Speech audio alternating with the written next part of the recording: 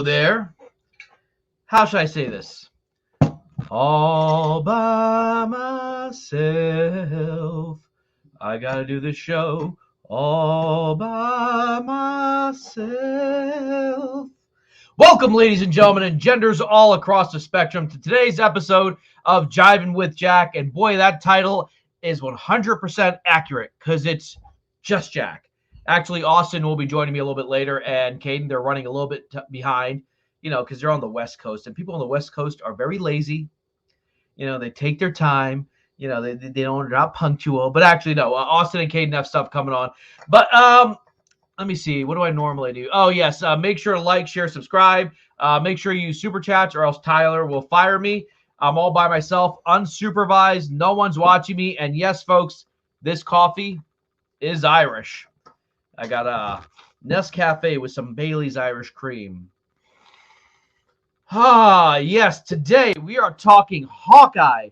We are talking the future of Spider-Man, and we're talking Scream. But more importantly, I want to talk about why I like Hawkeye a lot. I like it better than WandaVision. I like it better than Falcon and the Winter Soldier.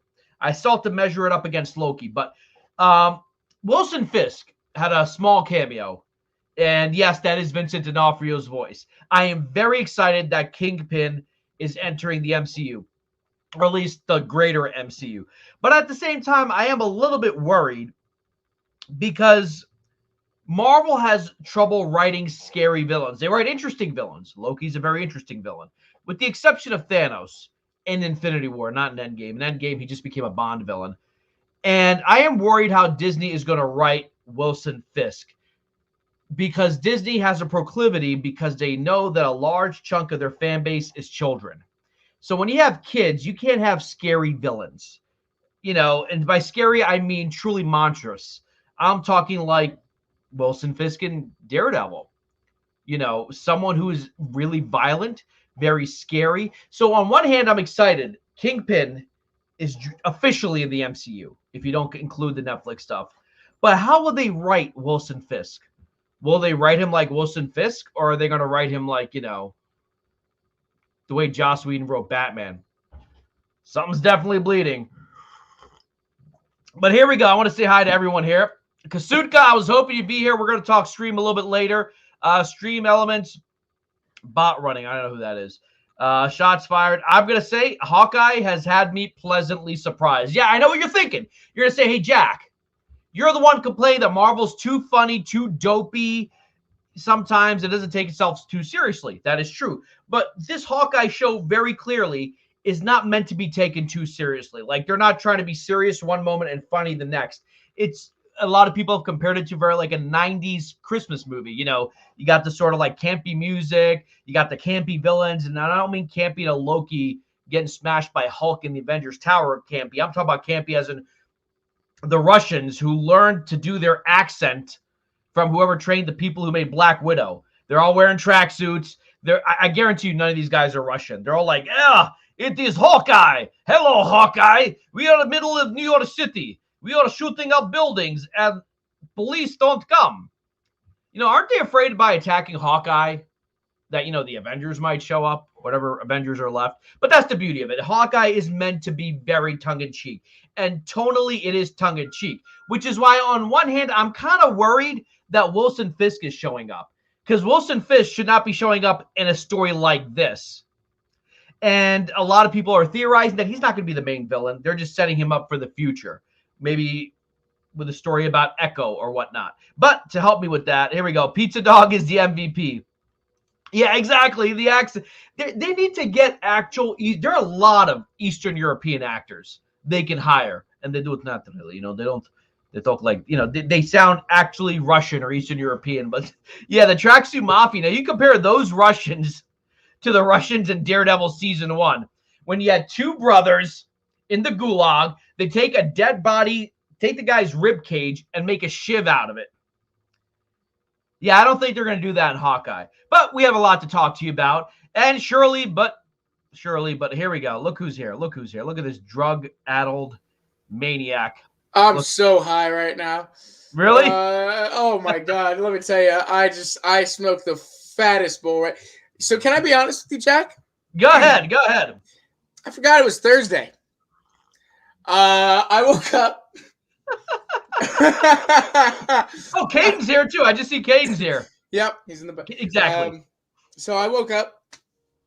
Like maybe around like 10-ish again. Yeah. After a little nap, and actually I was on the phone with someone around let's see when you sent this text here at 12:55. My co-host, ladies and gentlemen. Hi, ladies and gentlemen. 12:55. I'm on a FaceTime call, talking to a good friend of mine, and yeah, I was smoking. Don't worry about it. Yeah, no, it's gonna be a fun show. I have a thermos full of Irish coffee, and I poured a ton of Baileys in there because it has been. I can get another bowl loaded. I don't know if you can do that live. I think that might get us. Well, I'll just walk off camera. Oh, okay. Oh, you'd walk off camera? Yeah, why not? Or you can hear the sound of the bong hit. Absolutely. In case the FBI is watching, he's in Vegas. I'm in Philly. Don't come to my house. It's completely legal. I'm a family guy, family man. Austin is built different. I need to watch Loki. It's true. Yeah, we're going to talk a little bit about Marvel villains, but I hope there's one member I hope returns today. You know who you are. I want to give you props. You had balls. You made your case Tuesday night. Bravo. You know who you are. Yes. And I don't want to ever have Ty tell us that he doesn't like drama. That was a fun night. That was a fun night. Who was up till 1 in the morning? Seeing you in the chat was fun. Seeing you in the chat was fun. Oh my God, Benson, where were you Tuesday night? He missed all of it.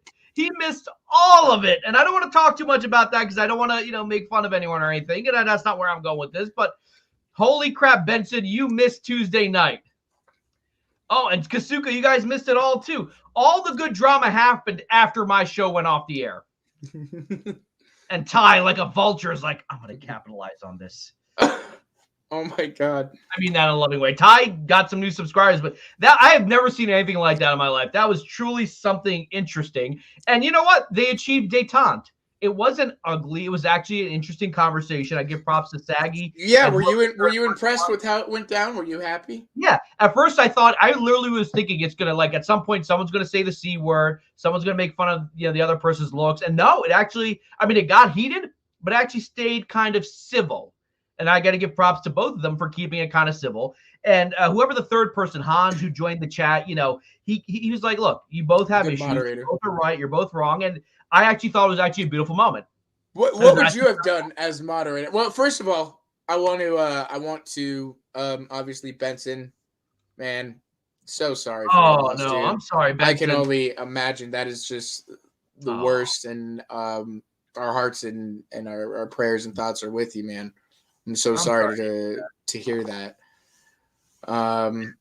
But yeah, man. If you need anything, please reach out. Again, super sorry to hear that. Yeah. But yeah, if you were the moderator of that, Jack, what would you have done? You probably would have egged it on both sides. No, honestly, like when I egged with Jerry Springer, I would have to one person. Call him that, and then to go to the other. Remember the episode of SpongeBob where SpongeBob and Patrick are blowing bubbles at each other with phrases, and then Squidward comes in the middle and starts saying nasty things to both of them, and they think the other is saying it, and they stop being friends, and then Squidward becomes best friends with Patrick. That's what it is. No, actually, the person who was making their case to Saggy, I think I could have helped maybe break it down as to what his point was when he was talking about free speech and stuff like that. And I thought it was an interesting conversation. Prakash, man, ooh boy, have you guys checked the Jack Reacher series trailer at all? You know what? I did. I thought maybe we will check that out in a little bit. I did want to say also, Benson says she was 98. Dude, that's I feel like it. They tell you, like, as they get older in age, because look, my grandma, I take care of her and stuff, right? She's getting up there. She's gonna be hitting 90 pretty soon, and they try to tell you, oh, prepare as time goes on and stuff, and it does not feel that way in any sense. I also just had another friend just pass away that was older of cancer and stuff, and even though he's older and stuff, it's rough. It's I think that's why the holidays for a lot of us can be rough. And that's why I enjoy doing these streams and stuff outside of the drama. The drama has kind of been a lot the last couple of days, but like I said, I'm done talking about it and stuff. All I'll say is I got to make sure I never inadvertently pick a fight with Saggy. Boy, I mean, I already figured that, but like, she dude, don't mess with the melons, dude. Don't mess with the melons. He said that. Her. I'm in her Discord now, dude. We're married. Did you not know that? She's my internet wife. Are you married to Kate? That's no. We divorced. Oh, you divorced. Okay. Yeah. That's fine. But yeah, we'll take a look at the Jack Reacher trailer. Yeah. There's a couple things to look at. There's a couple new bits of news and stuff and all that. I wanted to ask you if you saw Hawkeye yet. Did I see Hawkeye? Yeah, me and Enosh did a little last minute watch party. Okay. Watched it live right when it came out. So yeah, we watched it. It was you give your thoughts. What are your thoughts on the? Well, here's the thing. I you know how I kind of feel about Marvel and its humor, but this show kind of seems to be like doubling down on the humor. And given maybe I lowered my expectations, but I've been kind of enjoying it in a sort of like tongue-in-cheek kind of way. I think it's fine. Like, do I have issues that I could get into? Like, for example, this scene in this third episode where they're captured by the Russians. That girl and him do not act like they're in trouble at all. Now, him I get because very casual, very cool about very casual. But at no point am I in fear for their lives. Does that make sense? Right. But I know that's by design. Like, you're not really supposed to be afraid of them. So, like, for me, the danger factor kind of drops because, they're doing the jokes and the quips, but that's typical Marvel. And I would say on a scale of typical Marvel, this one, I liked it more. I kind of enjoyed it. I kind of like the idea that it's a little bit of art imitating life. Like Jeremy Renner, he's the Avenger and people don't necessarily recognize. Yeah. Like, very rarely hear say that Hawkeye's their favorite Avenger. But it's sort of like that. He walks down the street and maybe someone's like, is that an Avenger? Dude, are you Hawkeye? One of my favorite when they're in Times Square, the little kid's like, Mommy, look, a superhero. And he turns around, the kid walks right past him and like goes to someone in cosplay. I kind of like those little moments. This character is Echo. I'm not going to lie to you. I'm not going to pretend that I know the character really well. Kianis Echo. Who is Echo? Do you know, or should I bring our resident producer? I know. Yeah. So Echo has a history in the comics. Obviously, she's she's hard of hearing, and she doesn't use, like Clint has his hearing aid. She doesn't use one. She's brought up on all natural, or on all her other senses and stuff. And anyways, yeah, she's. I don't want to get. Look, I don't want to give anything away. Okay. Because I actually don't know if she's a good guy or a bad guy. Right now, she's a bad guy. Right now, she's a bad guy right now. But I would say that like I said, I don't want to give anything away, but you see a certain someone kind of go up against her cheek. Well, yeah. So that's the big thing I want to talk about because I want to talk about this. Yeah. This is look at that. New rock stars. This is their image. They're the ones who made this. I did not make this image. But yeah, he pointed out the cufflinks. I'm like, yep, that was him. And yeah, that was his laugh. I don't know if the person standing there is actually Vincent D'Onofrio, but when I heard that laugh, like, I was like, oh, that's Vincent D'Onofrio. And I did give a little bit of my 2 cents earlier as to why I'm worried about Kingpin being introduced in this show. Yeah. Because the humor in it is very tongue-in-cheek. The villains are very tongue-in-cheek. As I said, the Russian, what are they called? The tracksuit mafia or something? Bro. Yeah, they look like they're very acting stereotypical, don't you think? It was kind of little. They remind me very much of the accent from Black Widow, like, I will go to the bathroom now. Right. Potatoes and vodka, like a little over-exaggerated. Yeah. I mean, look, I do, and real quick before we move on, I do want to say, because we had like about 14 people in the chat here a little bit ago, so I want to say, guys, don't forget to say hi in the chat. Tell us who you are. Say what's up. Tell us what you thought of this week's Hawkeye. I almost said Hawkman for some reason. Don't forget to like, share, subscribe to the channel, all that fun stuff. Look, I agree with you, right? I'm kind of worried. These villain Echo specifically is a very serious villain. Yeah. We know Yelena is coming from Black Widow. A promo image was released today of some other character with goggles. I made my prediction. Of course, it's the return of Night Monkey from Spider-Man Far From Home. I mean, look. There's a lot packed into this show. There's a lot happening here.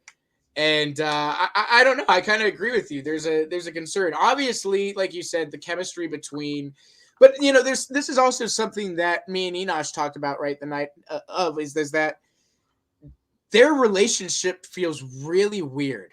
I don't feel like they've spent enough time together to be having the quips that they do and be leaning on each other like they do. Like, it feels very rushed and forced. Rushed and forced.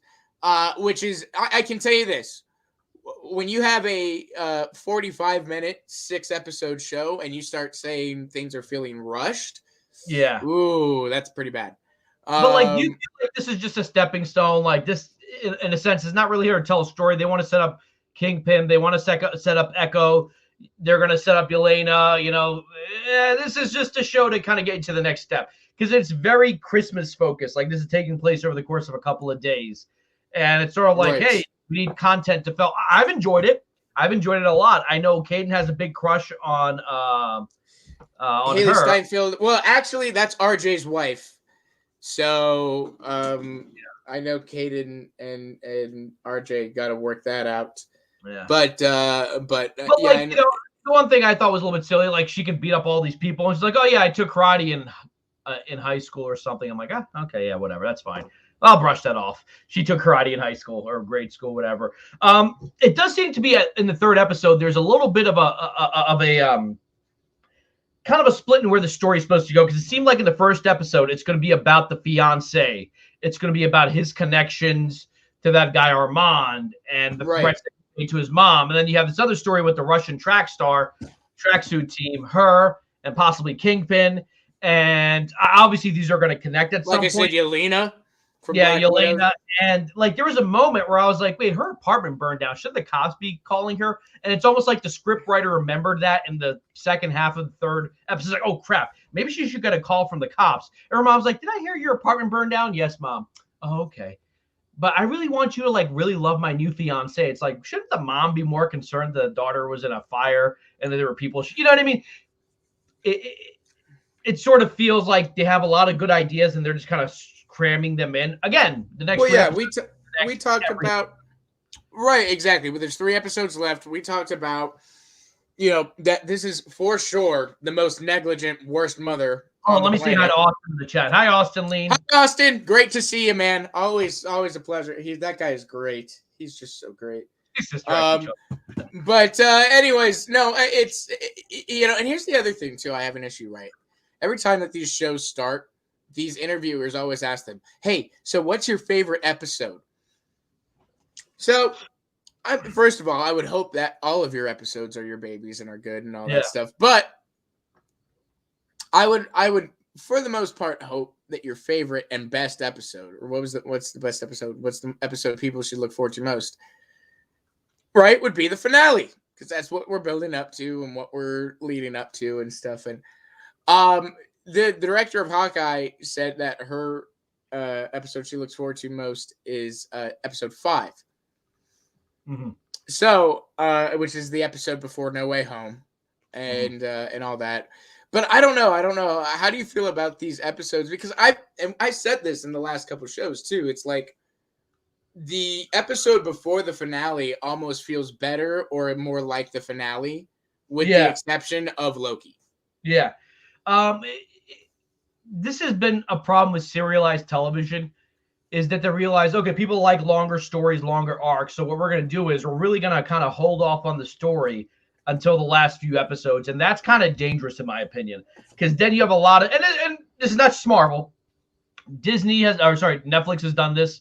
Even Marvel did this. Some of the Punisher season 2, it was like, okay, can you get back to the story, please? Can you get back to the story? And you can tell, like, oh, they're hanging out in the apartment. That's today's episode. Here, it's character development. It seems like they've realized that this is what you need for character development.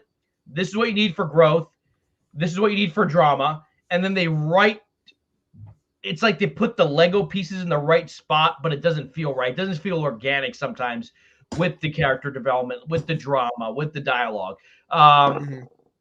Justin says an argument can be made that your best episode should be your first. Look, writing a pilot or nailing a pilot is very hard. Yes. I agree. It's not easy.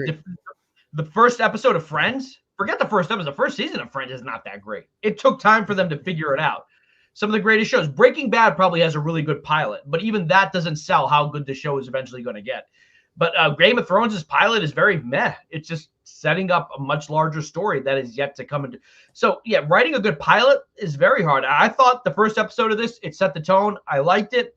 But it seems like they're jumping between two different stories right now.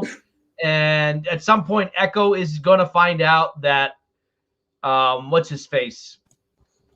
That Hawkeye was Ronin, and he's the one who killed everyone. Although I have a theory. I have a feeling Marvel's going to write that out. Watch. Hear me out. I don't know if it was actually Hawkeye who killed her father. I have a feeling they're going to cop out of that, and they're going to be like, oh, it was someone pretending like they want us to think he did that. Even though we know he killed a lot of people. Like, they're going to be like, it was a copycat. It was someone else. Because they don't want their heroes to be killers. Right. They're really trying hard with this show to kind of make, Hawkeye a little bit more PG, a little more Disney friendly.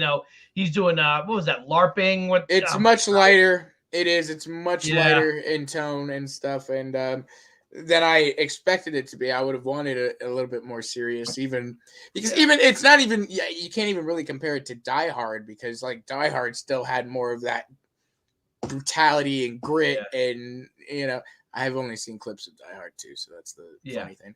But Die Hard pilot, there's it's aggressive, and I asked Ty's permission to show a certain scene from Daredevil.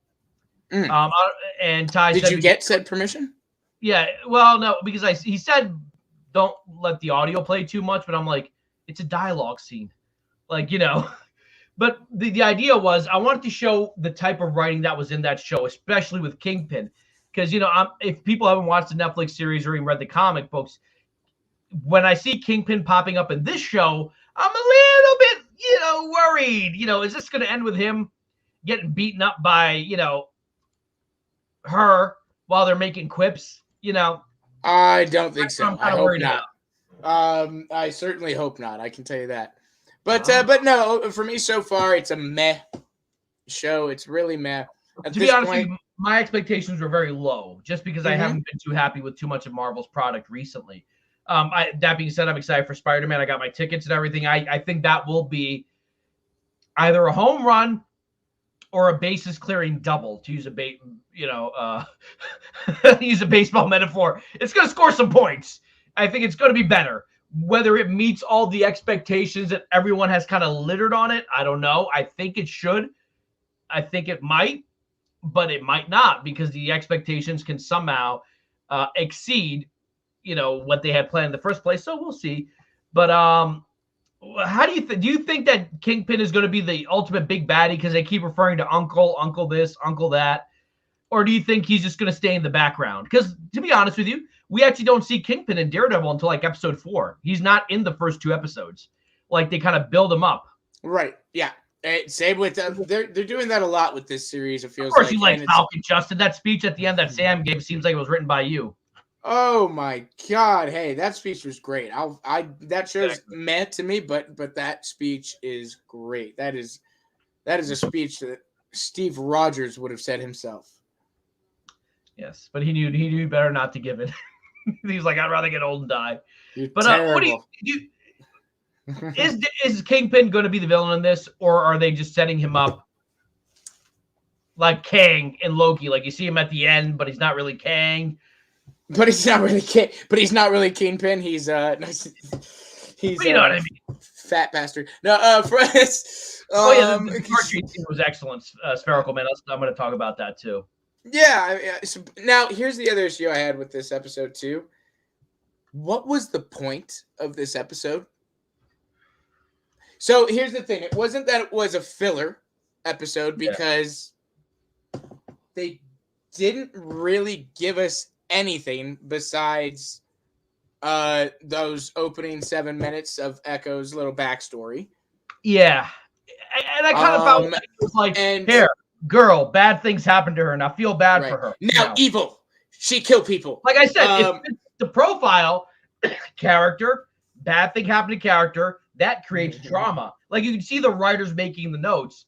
But like, was I suddenly, by the way, whoever they cast as a little girl, that is perfect because they look exactly the same. That looks like her growing up. Yeah.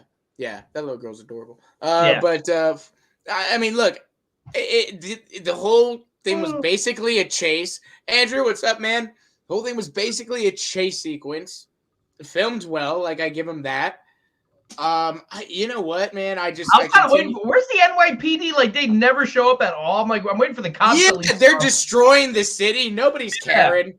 It's remember they even showed up in the first Avengers movie. They're like over there when their alien hole opens up, and they're like, "Oh, what?" You know, I'm like, "Where's the NYPD?" Everyone's. I heard that. But it's like it got defunded. That was great.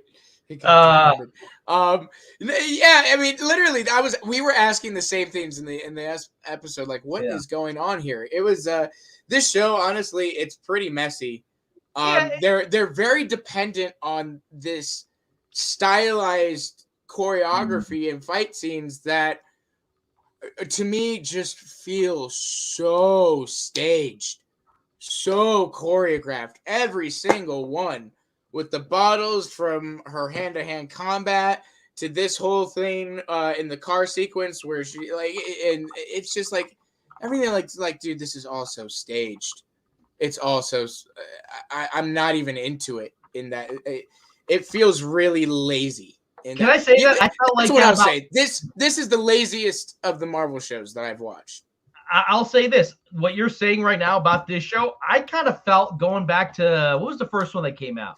Was it Black Widow? What came out first? You're a boomer, so you hate everything. No, I'm a millennial, baby. I'm a millennial. Oh yeah, what I forgot. Well, Andrew, did you not see episode 3? If we seen Kingpin, we may see a hand. Yeah, I mean, and you hear his voice, like it's total. Like that's him. Let me see if I can get rid of Andrew's comment. That's his. If you watch the show, you know those couplings are very important to him. Which again, I'm going to go ahead and assume that the TV show is going to be canon because a lot of people said it might be kind of like, well, these characters exist, but maybe the events of Daredevil 1, 2, and 3 didn't happen. I'm going to go ahead and say that maybe the events did happen. Maybe it will become canon to the MCU. It'll become canon to the MCU again. We'll see. But we know that Echo series is in the works, and we know that Daredevil series is in the works. So, whoa, is the Daredevil series in the works? Yep.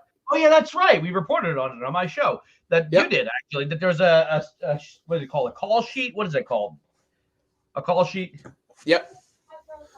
Well, yeah, it's gonna have Charlie. Well, Charlie Cox. My sister just asked it. This is good. It's like taking live audio questions from the audience. Charlie Cox is going to be in Spider-Man. It might be a 1-minute scene or a 30-second scene. A very good friend of ours named John Campia just leaked that out, watermarked it, so we know it's from him. But yeah, let me give you an example. Let me just preface this. Preface me. Why I'm worried about the writing. I'm going to go ahead and assume. Let me see. Ben said the shows have all been rushed to get unique content to Disney Plus. Agreed.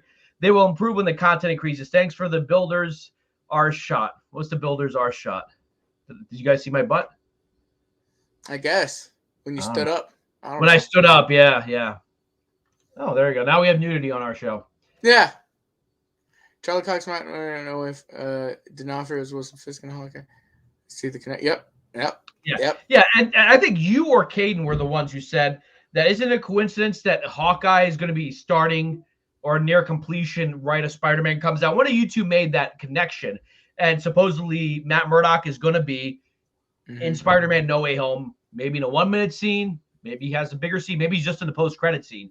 And now we know Vincent D'Onofrio's back. Let me preface. I want to show this clip as to the difference in writing when you're writing for an adult audience.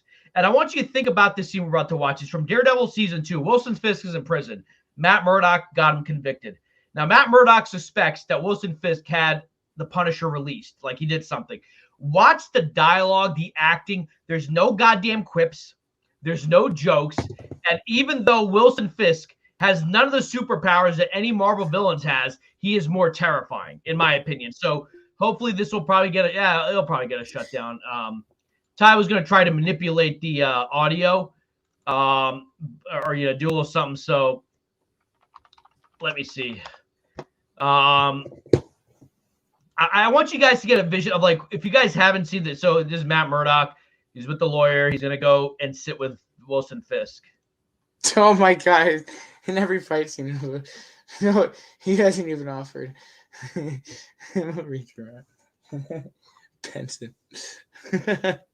In every fight scene involving a man and woman, there's always a passion afterwards. She hasn't even offered him a reach around. Is she talking about Hawkeye?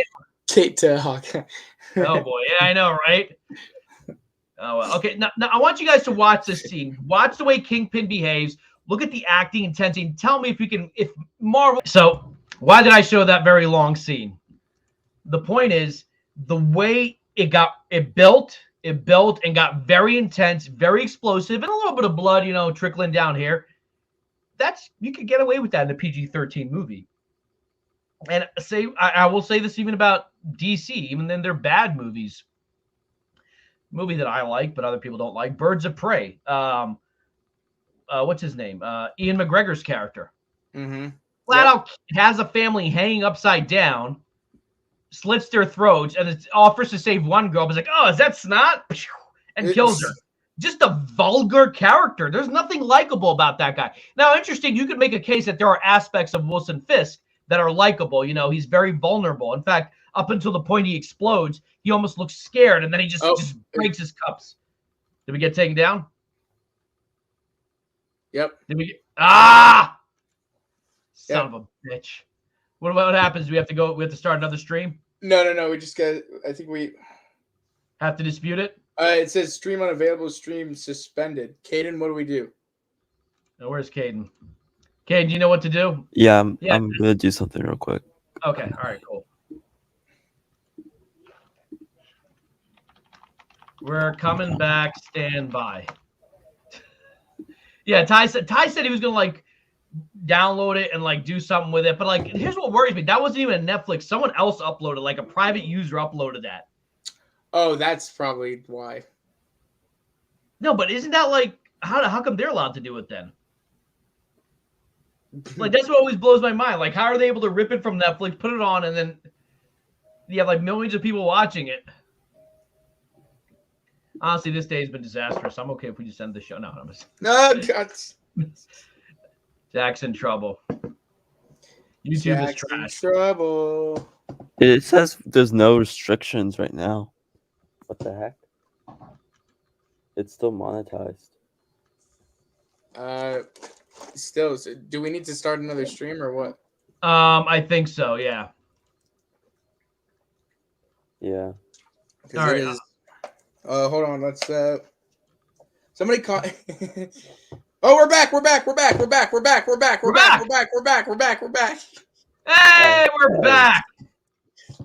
That is the magic of our producer, Caiden. Oh, I gotta put my pants back on. I think you just have to wait it out. Yeah, you gotta literally wait it out. Here's what blows my mind, folks. Here's what blows my mind. This was not a clip from Netflix. This is some dude like me who has a YouTube channel, ripped it from Netflix and put it on. I'm like, okay, so if they're able to do that, and by the way, we're going to challenge this because we are using this for fair use. We are using it to analyze the show because my point is, thanks, folks, for sticking around. I'm sorry about that. My point is that can we get a villain like that in the greater MCU? You kind of had it with Loki in like the first Thor movie, in the first Avengers movie, but then they redeemed him. They made him too likable. He's a villain, but he's a villain you kind of like. And then the Russo brothers say, well, in the first Avengers movie, Loki might have been under the influence of the was it the Mind Stone? Is the Mind Stone that's in the scepter? It might have been influencing him, so he wasn't truly evil. And now, of course, he's a full-on kind of good guy who's mischievous. Thanos, again, even in Thanos' interactions with the Guardians and with the Avengers, there's a lot of quips. He's talking about some serious stuff, and they're still kind of being a little bit quippy with him, you know. Mm-hmm. That scene, there's no quips. And again, this is where good writing comes in. This dude is just a regular man, a regular human being. But when he's in that room and hears his wife's name uttered by Matt Murdock, the dude breaks and starts smashing his face violently. And it's like, you think the Punisher's wreaking havoc? Wait till I get out. Well, that's the other scene that I love in that series is when he goes to see Punisher. Oh, my toupee's not straight. Hold on, I gotta fix my toupee right now. When he goes to see Punisher in his and they just start fighting each other. Yeah. But that's when Kingpin pulls his classic move, dude, and he pulls it on Punisher. Yeah. No. Or like this. He puts him on and he boom. Oh yeah. Boom. Yeah. Oh, dude, I was like, oh. Like that's the only time in that show I was scared for the Punisher. But like again, that's good writing. So here's the thing: we don't know if they're gonna bring the same writing team from Daredevil. And I'm not saying you need that much violence, but I would say in that scene there wasn't that much blood. There was no cursing. There was no vulgarity in terms of like sexual content, in terms of language. That could be in a PG-13 movie, but will they do that? Will the Kingpin that we get be a Disney Marvel Kingpin, or will it be the Kingpin we know? The Kingpin we know. Because the show, and I think I'm enjoying it a little more than you are, for what it's worth, is very much this. Like this could be a perfect pictorial metaphor for what this show is. You got the serious stuff at the top and you got the humor underneath. You know, they're sitting on that. And these guys, you know, this one guy, not this guy, but he's like, I buy tickets for Imagine Dragons. My girlfriend takes spare ticket and give it to a friend. And like, she's like, I can give you some advice. He's like, wait till I can. I'll be right back with pencil. I'm like, these are Kingpin's men? You know? These are exactly, men? Like, so I'm a little bit like, on one hand, I'm so glad they brought him back. And then, of course, the man with the best name of the show, Jack. Who does he remind me of? I'm trying to think. There's something about him. Zorro. He does have a little bit of a Zorro, yeah. But, and then he says, I do agree with this, right? Vincent D'Onofrio wouldn't come back if the characters was joking. They would have recast him automatically. Yeah, I don't think he would have come back if they were going to take the character in a drastically different direction. Because that's one thing those guys loved about those characters is where they were going and all that type of stuff and the darkness. I think I heard Kevin Feige liked the Daredevil show. He wasn't a big fan of like the Netflix MCU. But so look, this kind of segues in to Spider-Man. Apparently Sony is kind of backtracking. They didn't say it's not happening, but a couple of days ago, Amy Pascal said, "Oh yeah, we already got 3 more movies planned or going to do." And they're like, "Oh, easy there, not yet." And what I'm reading is they didn't say it's not going to happen. They said nothing's official yet. Which okay, which means they're going to do it, but it's not, stamped because they want to see how much money this movie's going to make. It's probably going to make a lot. It's going to make a ton. It's going to make a ton despite the pandemic, despite the Omicron variant. And I think people are going to be like, you know what? If I have to get my relative sick, that's fine. But I am not missing this movie. I mean, I mean, look, it did come from Amy Pascal. I mean, she is very actively involved in the Spider-Man movies and Spider-Man the character and the development of those characters. If she says it, I don't see why not to believe it. Again, she's been on Spider-Man for the last over 20 years. Oh wow, this woman been that long.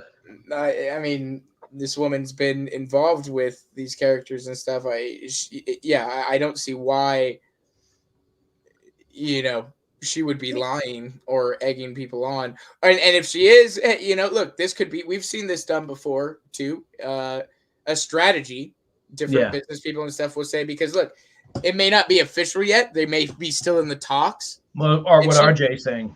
And she may just have said that. So, to kind of solidify, herself.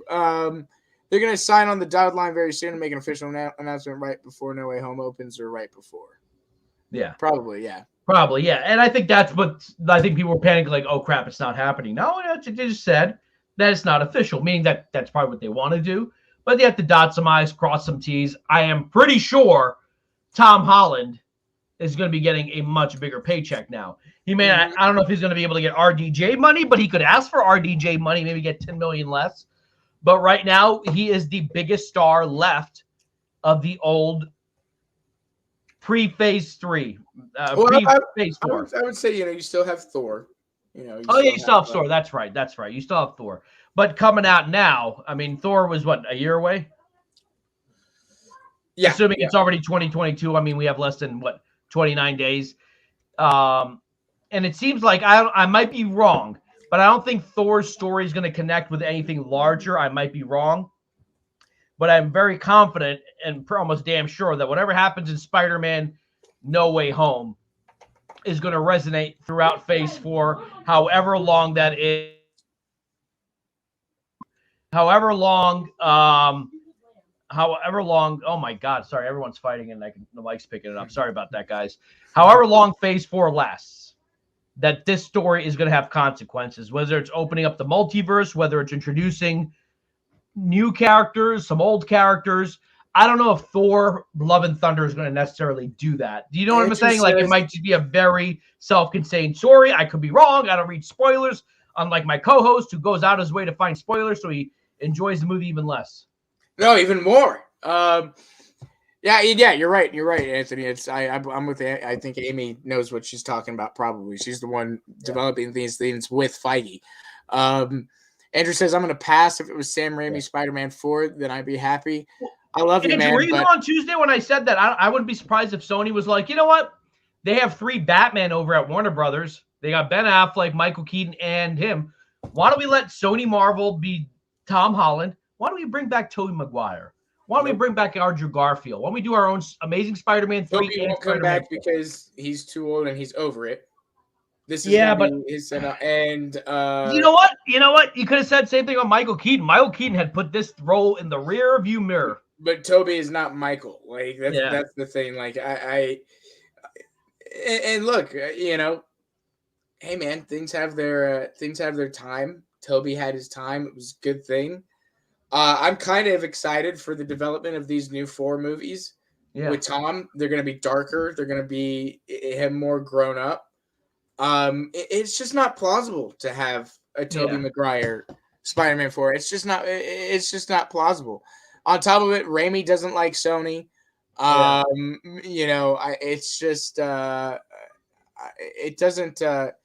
it doesn't make sense. Okay, all right. Well, that'd be interesting because Sam Raimi is in the Marvel. Now he's working for Disney Marvel. But, I would say leave the door open.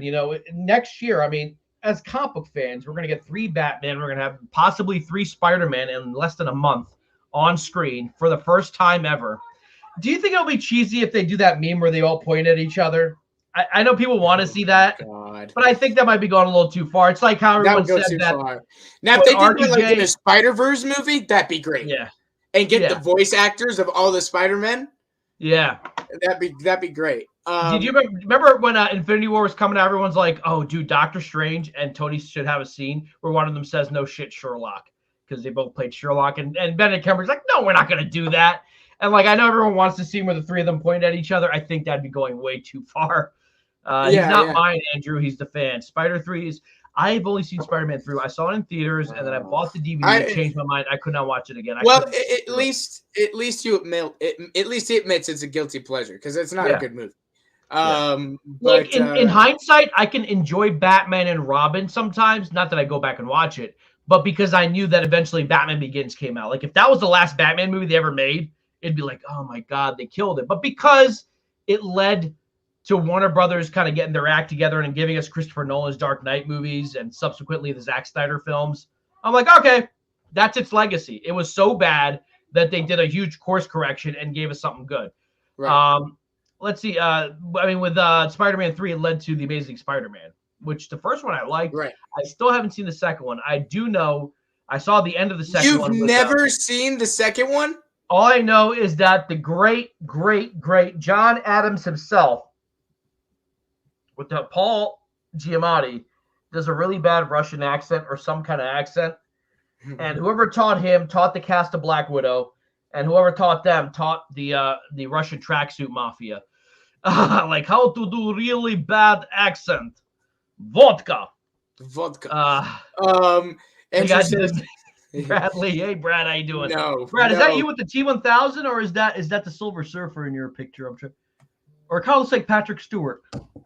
You see in his little, some masks.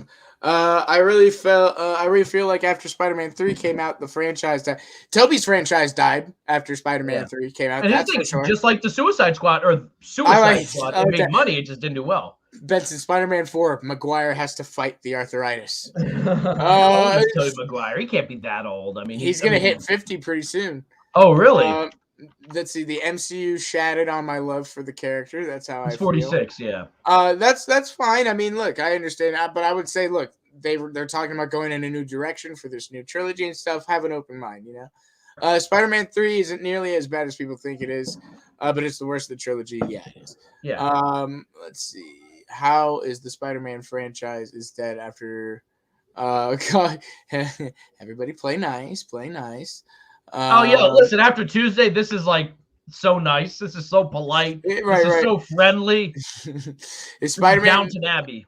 If Spider-Man 3 did well, we still have Toby, but these fans had to complain about emo Peter. Well, Bully Maguire was pretty bad. Come on, you got to give him that.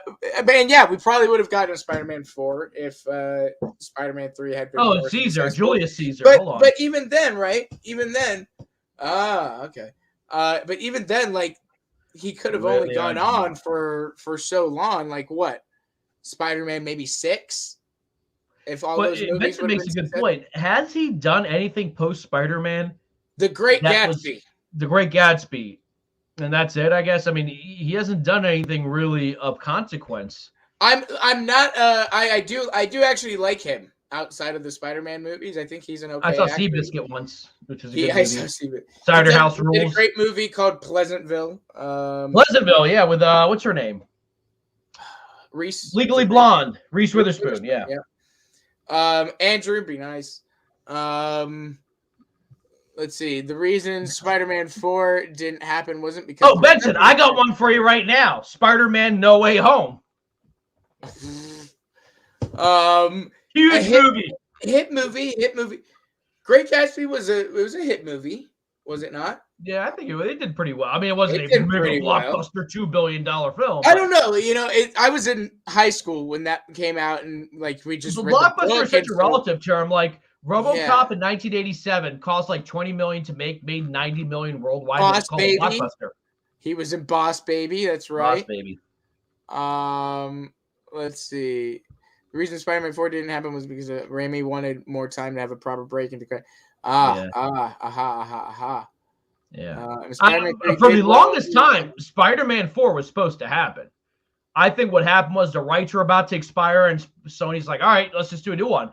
And mind you, not I like the first Amazing Spider-Man. I mean, I was a huge, like in my early 20s, I had a huge thing for Emma Stone, and I thought she was her and Garfield had chemistry that I didn't really get from Kirsten Dunst and Tobey Maguire. Not saying those two did not have chemistry, but Garfield and Emma Stone had great chemistry together, I thought.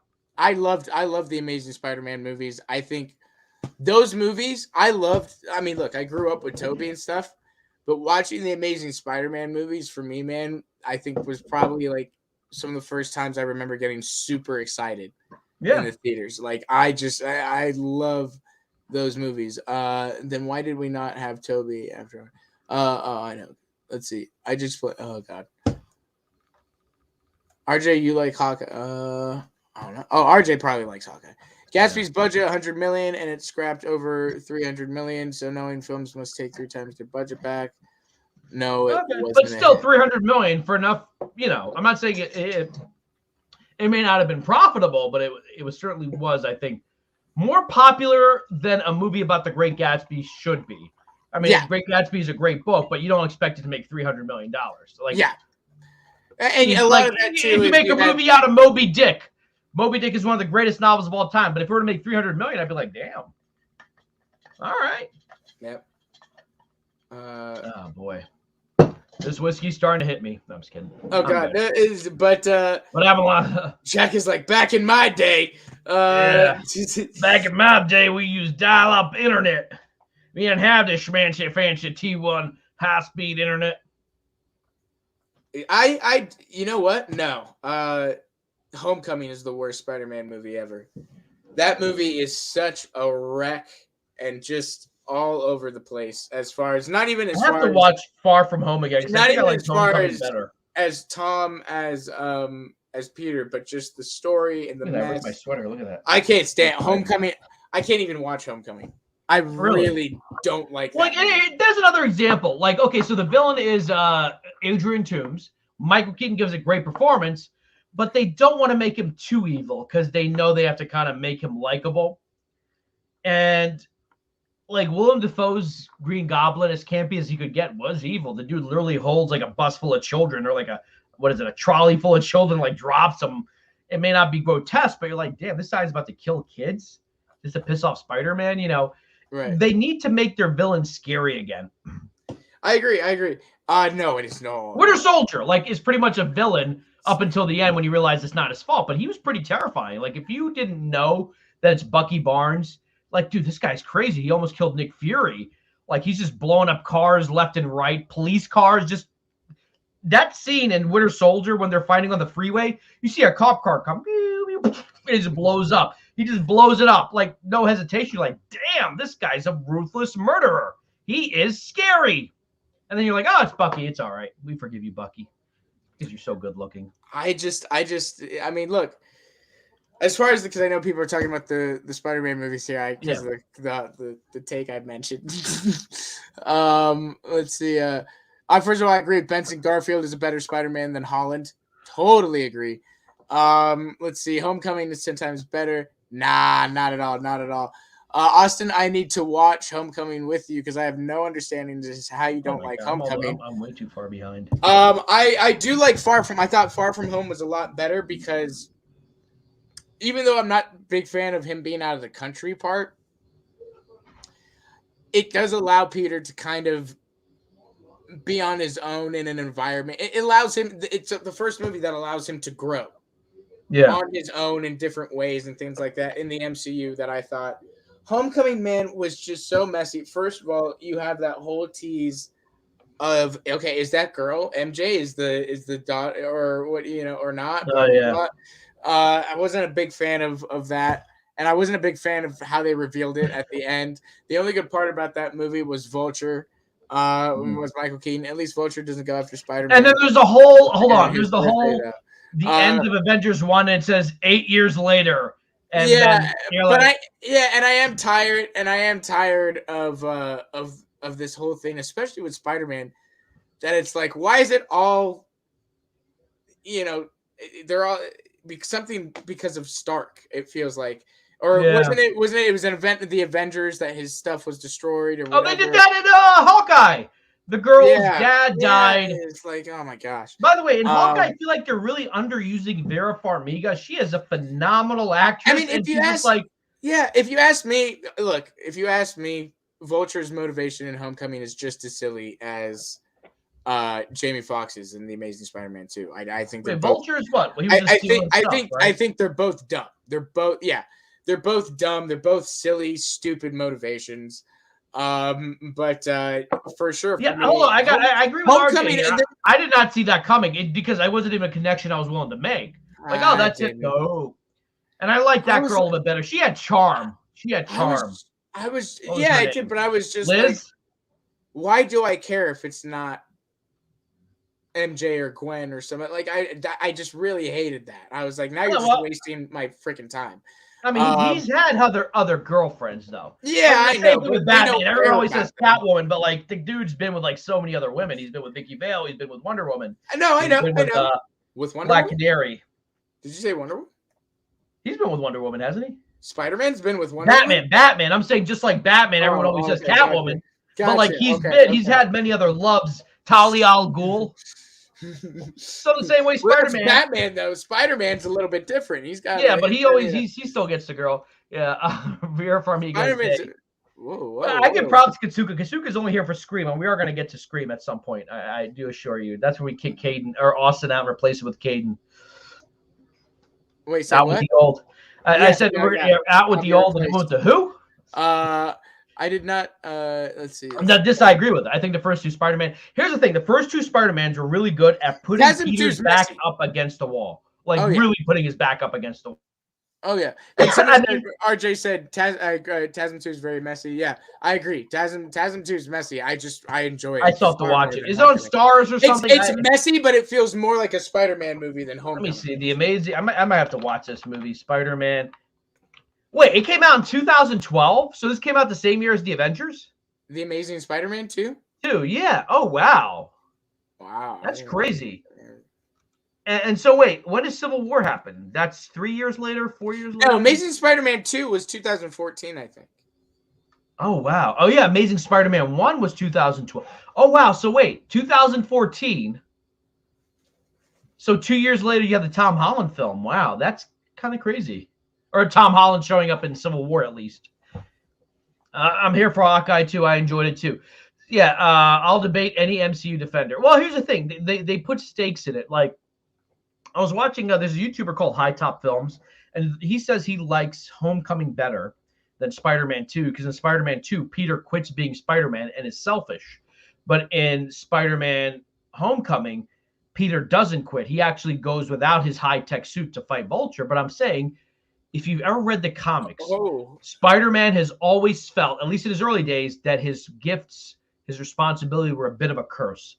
He just wants to be a normal kid, to have a girlfriend, and being Spider-Man conflicts with that, but he's too good of a person to not be Spider-Man. And the whole him quitting being Spider-Man is from the comic books. He literally threw out his costume in the trash. Like that kind of like internal angst that Peter Parker has had, I have not seen in the Marvel movies, that the Sam Raimi films definitely captured. Like this, they were very... In the MCU, is what Andrew said. I want to get your opinion on this. No scene in the MCU or Andrew can touch Raimi's first two films. Nothing. Yeah, that's what I'm defending that point. I'll give you an example. Like even in the what do you call it? I just did the Gwen Stacy scene. Gwen Stacy scene. Gwen Stacy scene, and for the MCU, you're gonna have to get someone that likes the MCU to defend that one. I'm sorry. Well, here's what I was going to say. In the original, in the first Spider-Man movie with Sam Raimi, Spider-Man lets the robber go because Spider-Man wanted revenge on the promoter who was supposed to give him like $3,000. He's like, yeah, you only lasted a few minutes. You only get a couple hundred. So you're kind of on Peter's side, like, yeah, screw that guy. In the comic books, when he lets the robber go, he's much more douchey about it. He's like, I don't need to stop this. It's not my job. I got my money. Like, he's actually even more selfish, whereas like at least in the first film you can kind of see, you're like, okay, yeah, I get it. I kind of see that promoter was supposed to pay him. He's like, you're supposed to tell me where that's my problem. As far as Peter's not a selfless character. Like he's a good character, but he's not 100% selfless in the comics. Like he can be a little bit, selfish, and that is in Spider-Man 2. And so when people say like, oh, that was more Peter Parker, in Spider-Man Homecoming when he still decides to go fight Vulture despite losing his suit. It's a great scene. It's a great character moment, but Spider-Man 2 to me is still like the perfect Spider-Man movie. I have to see Amazing Spider-Man 2. I agree. Let's see. Yeah, as far as other comic book movies, there are about 25 other comic book movies better than Spider-Man 2. But let's see. The Mysterio illusion scene is something awesome that surpasses some of the visual. I agree. For the MCU fans, the Mysterio scene's pretty good. So there's two things, Andrew. Shut your argument down. Uh-oh, here we go. Shut it down. Time for debating. that ad said 3,000. Let's see. Really, RJ, yet I always see. Let's see. Ty's gonna be so mad when he finds out we got taken down for 10 minutes. Hey, it's your 5 fault, minutes. man. Yeah, it is my fault. It's your fault. He's like, play the scene, but lower the audio. I'm like, but it's a dialogue scene. He probably thought I was going to show a special effects scene. I'm like, nope. I'll take a well-written scene over any of it. Oh, God. All right, well, we don't need to be thorough. Those MCU fans eat anything up trash or good. They're toxic. No, they're not. Look, Andrew, people like what they like. You like Tobey Maguire. Other people like other things, are like, it's nobody's toxic for liking what they like or for wanting to talk about or promote what they like. You can promote Toby all you want, and RJ likes Tom. And I'm going to talk about Andrew because he's the hottest and the best. So, and he's got the great hair, the best hair of all of them. So yeah, that's a big. I won't say that they're toxic, but this is what I would say MCU fans are. They're like that. They're like that kid who looks at something, and then you do this, and they do this, and then those are MCU fans. There's nothing wrong with that, but like they just need something shiny, and they're like like a little kids start cooing, and they're so cute, like those are MCU fans. And I am an MCU fan, but I am critical of it also. Right. Technically, after No Way Home, the Sam Raimi trilogy will be in the MCU. So, RJ. So will the, I guess, the Garfield movies. Do you know how much I've sacrificed? I think we're both trying. Me and Caiden keep trying to click on the same thing. Caiden, click on it. Thank you. All right. I like Poor RJ. I like every Spider-Man movie. People have a misconception. I'm only a fan of the MCU. Yeah, no, I got that. I thought RJ. It doesn't seem like RJ has a problem with any of them, but it definitely seems like you are definitely into the Tom, which is fine. And also, probably he's talking about Tom because that's the only active Spider-Man and has been for the last couple of years. So that's the only Spider-Man to talk about. Yeah. But yeah, there are look, we talked about before, right? Every fandom has their toxic sections. Yeah. As we all know. But let's see. Someone asked me why our show got taken down. I just have to explain that. But Tom's the only one who gets trashed on the most by you, Andrew, and Austin. Austin's not a big fan. I like Tom, but I think it's hard when there are better movies. Like what would Tom Holland have done? How would Tom Holland look if he was in, let's say, the first two Spider-Man movies? I know that's impossible, but like, how would that have played it? How would he have played it a little bit differently? Back to formula. Holland is meh. He's Holland, the God King. He's meh. He's good looking. I'll give you that. Yeah, I like him a lot. I like that he's actually kind of youngish. Although he is he's kind of getting up there. Like for a Spider-Man, he's what, 25 now? Right. Well, yeah, and he made that comment a couple of weeks ago, right? That if I'm playing Spider-Man by the time I'm 35 or 30 or something, I've done something wrong. But yeah. I mean, if they're gonna do 3 more movies, look, I want to see the college Spider-Man. I want to see the Spider-Man who gets married, who has a kid. Kind of like the video game. Like we see a Spider-Man who's like clearly like 35, 36. He's still Spider-Man.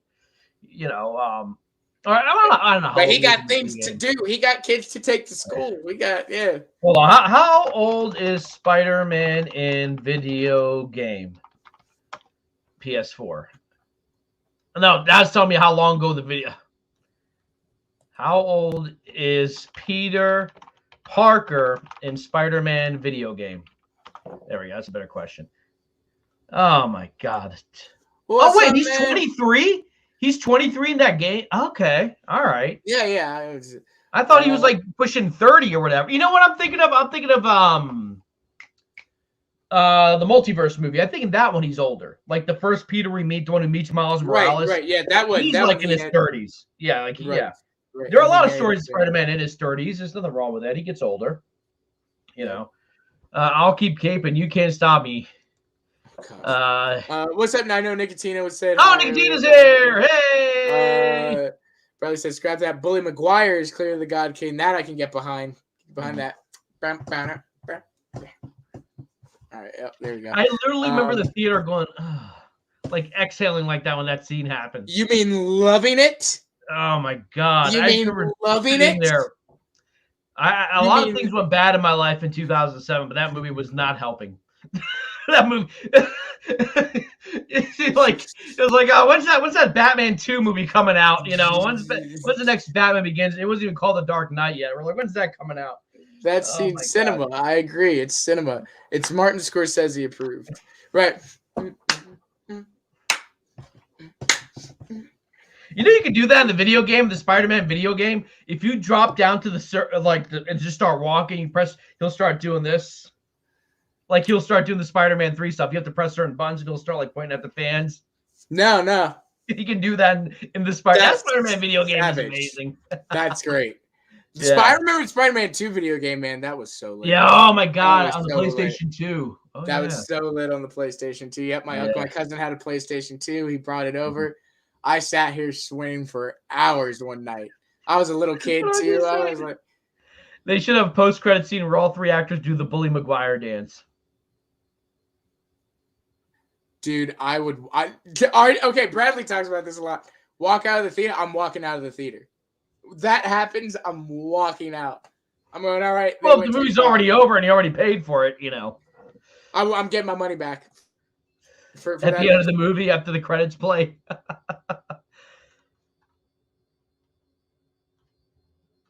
Are you still using Wash and Go shampoo? Because you washed it and it's gone. I use what's the company called? Tea tree oil.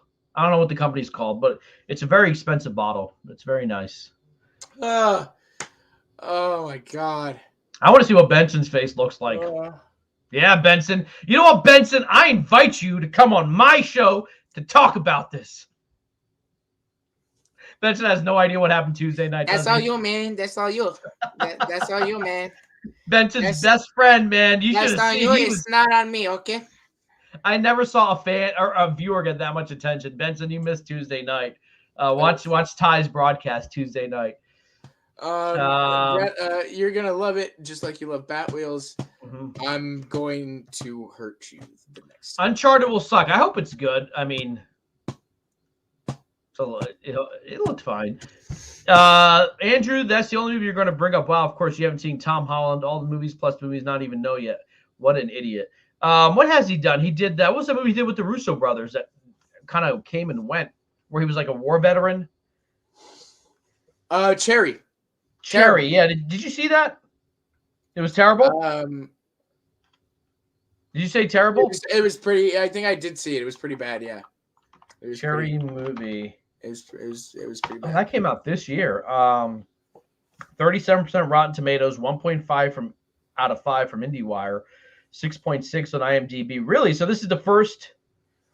This was directed by the Russo brothers. Damn. Okay. Wow. Yeah. It was not that good at all. Oh, that's a shame. They also did a TV show that sounded cool, and when I started watching it was cool, but then I kind of it was like a classroom where they taught kids how to be assassins, and Wong from Doctor Strange was in it. It was on the Sci-Fi Channel. I'm trying to remember what the hell it was called. It was like set in the 80s, but of course it barely had any good 80s music in it because all the good stuff you have to pay for. Does anyone know what the Russo brothers made this show? It was like, let me see what it's called. Russo Brothers Sci-Fi Show. Wong was in it. Deadly Class. That's what it was called. Oh, it was Sony Pictures Television adaptation of the comic book series of the same name. What are you gonna do? So Andrew, who has bought their tickets? Who has not bought their tickets? Tell us in the comments below. Well, RJ has, and then we have a private theater. What I have always noticed, every time I ask a question of the audience, they never answer it. They just stop talking like they just have now. Who bought their tickets? Who's got their tickets? Who had trouble getting their tickets? I'm gonna go see it. Probably because so many people couldn't get them. They're just upset. They I'm seeing it the 17th at like 2 p.m., like an afternoon show. Right. Sounds like Assassination Classroom. Not really. Because I've seen Assassination Classroom. Very different. Assassination Classroom, the one where like an alien comes and says, I'm going to destroy Earth in like 1 year, and you kids have 1 year to kill me. And like their teacher's like a CIA, like the principal's a CIA person. He's like a big yellow balloon or something. I have never heard of these movies. It's an anime called Assassin. Oh, I think that's the one. Okay. But it is not like Deadly Class, even though like very different, very different. Yeah, that's the one. Yeah, I like that one. I haven't bought mine. Kasuka hasn't got one. Got my tickets 2 days before RJ. Yeah, because it's coming out earlier in the UK. Yep. RJ says William from the Sci-Fi Center is going to be making an announcement. Pretty sure. Stay tuned for that. My friend William. Yep. RJ, I bought my tickets. I'm seeing it Thursday. Caiden's seeing it Thursday. Oh, look at that. 4 p.m. So that'd be 7 p.m. our time, my time. I'm kind of curious. I'm going to look at something real quick here. You're going to look at the spoilers? Please don't look at the spoilers. I'm seeing it the 17th also. Justin, what are you going to have? Like a friend like live stream it for you because he doesn't like going to theaters? Oh, yeah. Well, maybe not. Maybe this is his exception. He's like, yeah, I got to see this one. Yeah. Andrew, that's fine. You're just going to miss out, but that's fine. I might not see it. Oh, that's fine. If you don't want to see it, don't see it. Don't pay for something you don't want to see. Yeah, exactly. You'll just miss out on one of the biggest movies of the year. Do you think there's a possibility this movie severely underwhelms? Do you think it's possible? Is it possible? Sure. I don't know. I mean, I think there's a couple things that could factor in that could make it kind of jarring, like the multiverse thing, how they explain that. But I think it's going to do pretty well. I don't think it's.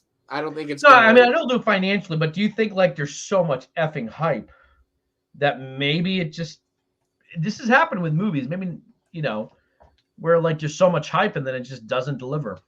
Yeah. No, not that it's a bad movie, but it just might be like, No, I'm not. Like Ty is really excited for Avatar 2. I think that movie might flop.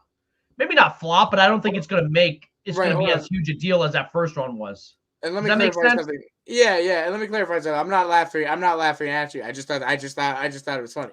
Because like I said, everyone's gonna see it. Like it feels like everyone's going to see this movie. Someone said LOL. He said I might not see it. He said LOL. I think you laugh at him. I think he was talking to that person. Oh, okay. Yeah. I'm not. If you don't want to see it, don't see. Like I would just say just because like we're going to talk about it, and even if you don't like it, you can come back here because I will give you the platform to say what you want to say. I'm not going to like get rid of you in the comments like, you didn't like the movie that I liked. I think it's healthy when you have people who don't like it. I'm actually going to the theaters. It actually falls when I've taken time off. Oh, there you go. The hype is very big, so it could. Thoughts on the Doctor Strange 2 leaks with the Lego box? I don't know what that is.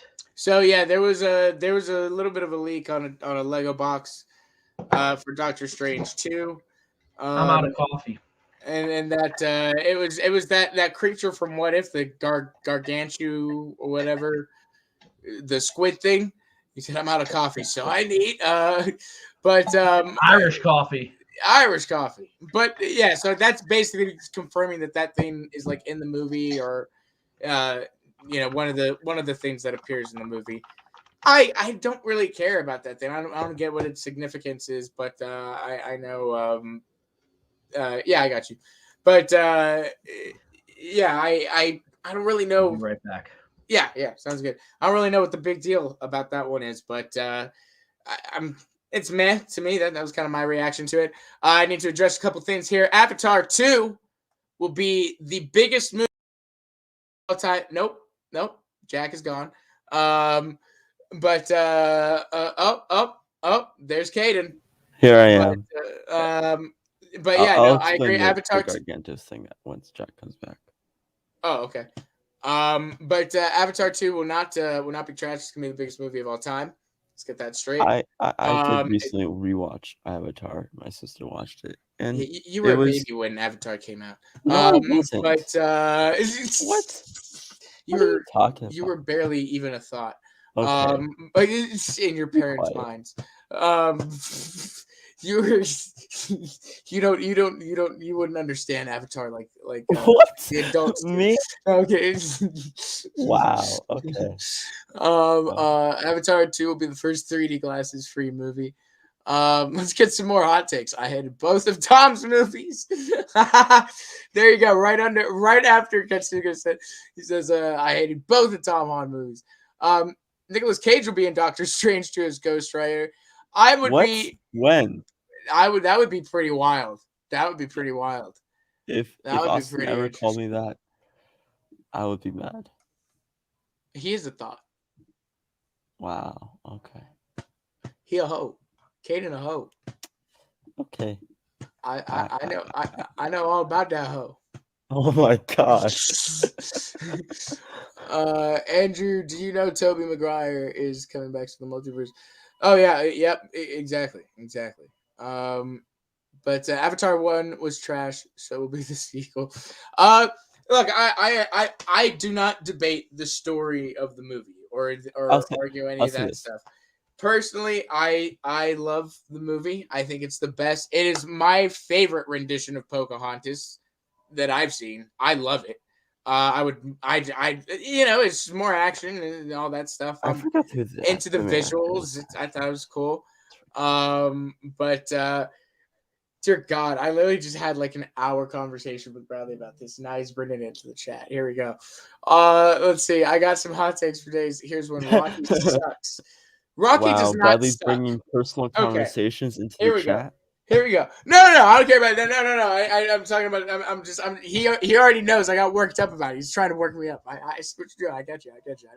I'm gonna hold on. I'm gonna drink some water. I'm gonna calm down a bit. Rocky is not trash. Rocky is a film like cinematic achievement. Okay. Just like it's one of the greatest sports. It's one of the greatest sports movies of all time. Rocky is. And also, it's a great script, man. It's one of those few things that Stallone did really, really well. I think he deserved that Oscar for that script. He wrote a great screenplay, but I think Rocky's fine. Rocky's great. Rocky and Rocky 2 are great movies. Yeah. I love Rocky. I think I like 2 more than 1. I can see that. I think I probably like 2 more than 1 a little bit too, but yeah, Rocky's a solid movie. That's a tight movie. Solid. They're both solid. Yep. I think Katsuka says the first Avatar is the most overrated movie of all time. It is pretty overrated. I'll give you that and all that. But hey, man, my balls. What? I said smooth. Oh my God, balls. I was so confused. I thought somebody started playing the clip, and I was like, "Really? Wow!" I kind of missed that commercial. No, I did not like Die Hard 5. I like Die Hard, but not the 5th one. What? I like the 3rd one a lot with Samuel L. Jackson. I like. Caiden's a big fan of the Barbie animated movies. I know Zack Snyder is as well, so I think that's a compliment. The Barbie animated feature straight to DVD feature films. No, I'm not. Are some of Caiden's favorite films. No, that's Austin's favorite. This is what happens when you're Rush. I put way too much in there. He's like, ooh la la, I like Barbies. I could play with them all day. Did you hear they made Barbies like plus size now? Well, yeah, it's Barbies for everyone. They made them kind of bigger. I mean, not that I give a shit. I don't want a fat Batman. I'm just saying, I want my Batman to be tall, lean. Where did that Batman come from? Oh, plus size Batman, tall and lean. Die Hard, even harder. Even harder. That is the title, isn't it? There's Die Hard, Die Harder. What's Polly? Rocky 3 with the first interracial gay montage is fantastic. Oh, yeah. There's no easy way out. No, that's the wrong song. Is it Eye of the Tiger? I'm from Philly, man. That's like our national anthem. Like when I play that at a bar, people stand up and they put their hands over their hearts. Right. With like a soft pretzel on their left hand. I have no clue what Polly Pockets are, Bradley. I generally don't know. That's very 90s, or it might be even 80s. They were like these little things, like it would be like a case, and you open it up, and it'd be like a little house and little characters in it, and you could play around with them, Polly Pockets. I know my my mom. Caiden is really young. He's Gen Z, man. Yeah, he's a baby. That's what I just said. He's a baby. I'm the first year or second year Gen Z. So Caiden is younger than high speed internet. Think about that. Caiden wasn't even around when Avatar came out. Oh my God, I was. He was around that. No. By the way, Do you guys think that's going to be a huge disaster? Avatar 2? You have a sequel coming out 13 years later to a movie that's mostly been forgotten. I mean, I know it was a huge deal. A dead guy as the villain for all. Yeah, I mean, do you think like I don't know? And you're I bringing love Vin Jim Diesel. Cameron. I'm a huge Jim Cameron fan. Family. Okay. What's going to happen with Fast and Furious 10 and like Squirrel Girl beat Avatar? Right. There's just like 4 more movies. Oh no. I promise you, Avatar. Dude, okay. First of all, you're all forgetting. You're all forgetting one thing. James freaking Cameron. Like, you're also forgetting this isn't James. This James Wan. Aquaman 2 is coming out the same freaking year, and everyone loved the first Aquaman. Oh my god! Well, Aquaman watch this. Let me tell you something. Let me tell you something about that. It's James Wan picked the wrong year. Then, I mark my words on this show. I'm not listening. No, I'm waiting for. Okay, they even said it then, right? Let's all be honest, guys. Let's all be honest. We love Aquaman. The underwater scenes are trash. They're terrible. Yeah. They are terrible. And we all just we all accepted it. We all accepted it because hold on, Caiden. We all accepted it because literally that's all we were gonna get at the time. Like that was the best of the technology. It was the first time they'd done something like that. So totally understandable. Nobody was criticizing it too much. You want to know how long James Cameron has been developing underwater scenes for Avatar? I know, Jack. We'll take care of Bradley in a second here. Don't worry. But do you want to know how long? Bradley, I'm gonna knock Cameron Shakespeare right out of your head. Sorry. Go ahead. No, hey, Aquaman was great. I loved it, but the underwater scene CGI and stuff is terrible. There's one scene that I did like though, with the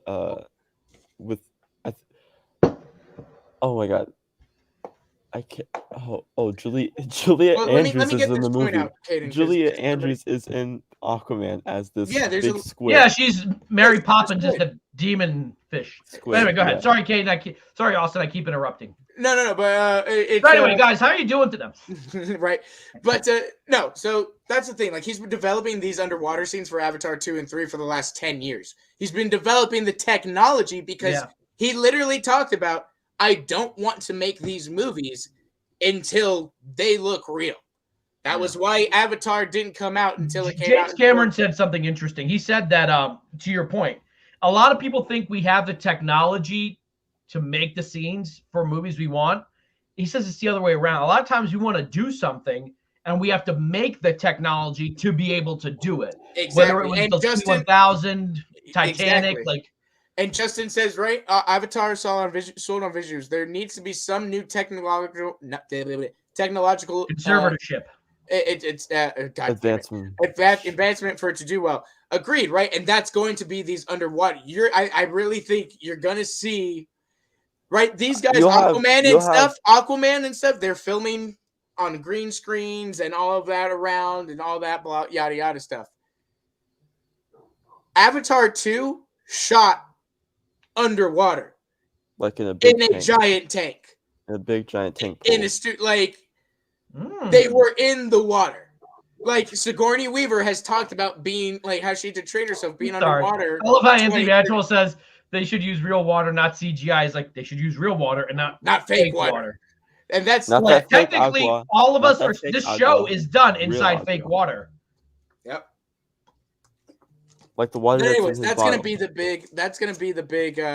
Yeah, but here's the thing. Yeah, you have Black Panther 2, and you have Avatar 2 and Aquaman 2 that will have all of the water scenes. You'll be able to, then you'll have 3 things to compare. Like who did the water scenes? Austin Benson sending you dirty pictures. Like, did Black Panther 2 and Avatar do it better than Aquaman 2, or did Avatar 2 and did it better than Black Panther? I think we all know the order it's going to be in. It's going to be Avatar 2. Here's my thing. So this is kind of to your point, Caiden. 2009, what really came out? You had Avatar 2. Watchmen came out, didn't make too many ripples at the time. Right. No MCU movies. No DC movies, there wasn't competition in terms. I think the biggest hit that movie was The Hangover. That was a huge movie that summer. Like that was probably the biggest hit. Yeah, exactly. So you didn't have that much Avatar, competition. You had Star Trek. You had Star Trek was the other sleeper hit. Yeah. Harry Potter 6. You had X-Men's Origins. You had Watchmen. And then you had Dragon Ball Evolution. X-Men Which Origins. we all know how people felt about Dragon Ball leaked. Evolution. Remember X-Men Origins got leaked online. And Sherlock Holmes. Yeah, and Sherlock Holmes. But now you have like how many MCU movies? You said Black Panther 2? Well, Black Panther 2 next year, which will have the underwater scenes, and then you have Aquaman 2 that have underwater, and Avatar 2. And then we have The Flash. We have Doctor Strange 2. We have Thor. Yeah. Black Adam. I'm sure there's more coming out. And Batman. You have Black Adam, the Batman, Doctor Strange 2, The Flash, Black Panther, and Thor. I'm missing any Star Wars movies coming out next year? I don't think so. No Star Wars movies coming out next year. Yeah, and also a lot of streaming for Disney Plus, and then and for HBO Max on the. Anthony asked me something. So the water in Justice League in Justice League, I'm trying to remember.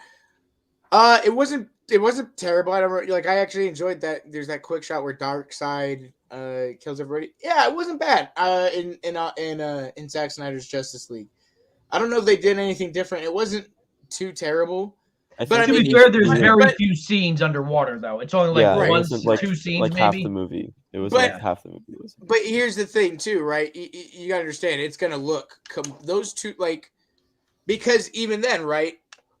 Zach was using CGI and all that stuff, and that's fine. That's all that. James, like I said, he's been spending years developing the technology to be able to actually shoot underwater with his actors and with everything. Like I said, the actors have talked about they were spending up to an hour underwater shooting, and getting their bodies trained and used to those types of things. So it's there he is. There he is. There he is. My man. There it is. What's up, man? Other than that, yeah, it was okay. It was okay in Zack Snyder's Justice League. I didn't have that much of an issue with it in Aquaman, but it wasn't. It was something that you could tell, right? The CGI is not. It's not there. It's not there yet. It doesn't look as good as some of these other effects and some of the other things, right? One thing Zach did though, in James Wan, they're able to communicate with each other and they're talking to each other underwater. When they had talking scenes, they would do the whole bubble thing and talk to each other in air. So it wasn't as noticeable. We never actually saw like Aquaman meeting Mira, what's her name? Mira, like underwater. I don't like that whole bubble thing. But but it looked better because it wasn't. Yeah, it does look better for Avatar, and then you had this for Aquaman. Oh, put me underwater, baby. Put that picture. Look at that, man. Look at Sigourney go, baby. Let's go! I love Sigourney Weaver. Big Sigourney Weaver fan. And the thing with this one, they had bald caps on people, putting dots on their heads, and trying to make because they have to make their hair is gonna float and stuff. And man, it's a whole different. There's a lot more that goes into it. But like I said, you can tell. I do like that the bubble when they're talking takes that CGI out, but. If it's Aquaman and they're from Atlantis, they shouldn't need no bubbles to talk. So that's the other thing. Yeah, that's the thing. Like people like, oh, Zach and James Wan understand that you can't talk underwater. I'm like, but these are people who live underwater. Yeah, it's a little bit. I have a theory. I'm sick of adding this sense of realism to everything. It's I have a retcon. They could easily say that Mira did it because Arthur is a surface dweller, so for his comfort, she did that.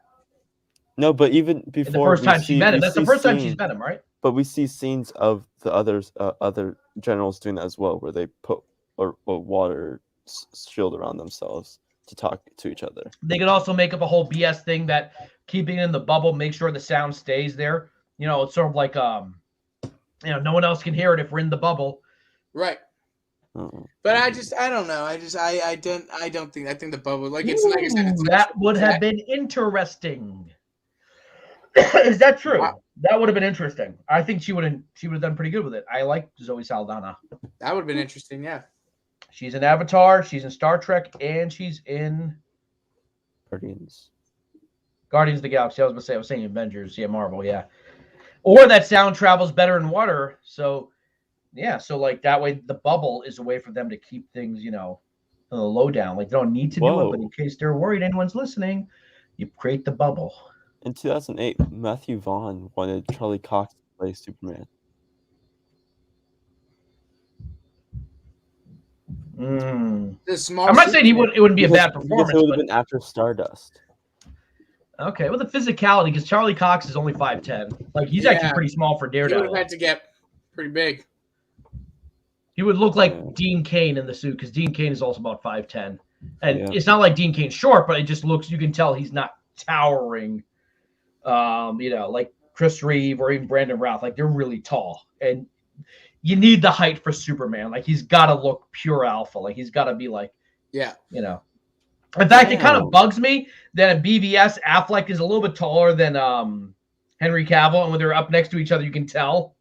Not that they're both really big guys, but like, I'm like, I think Superman should on screen be a little bit taller than Batman because he's effing Superman. Just reading all the list of directors that were reproached for this Man of Steel movie: Guillermo del Toro, Robert Zemeckis, Ben Affleck, Matt Reeves, Duncan Jones, Darren Aronofsky, Jonathan Aronofsky, Tony Scott.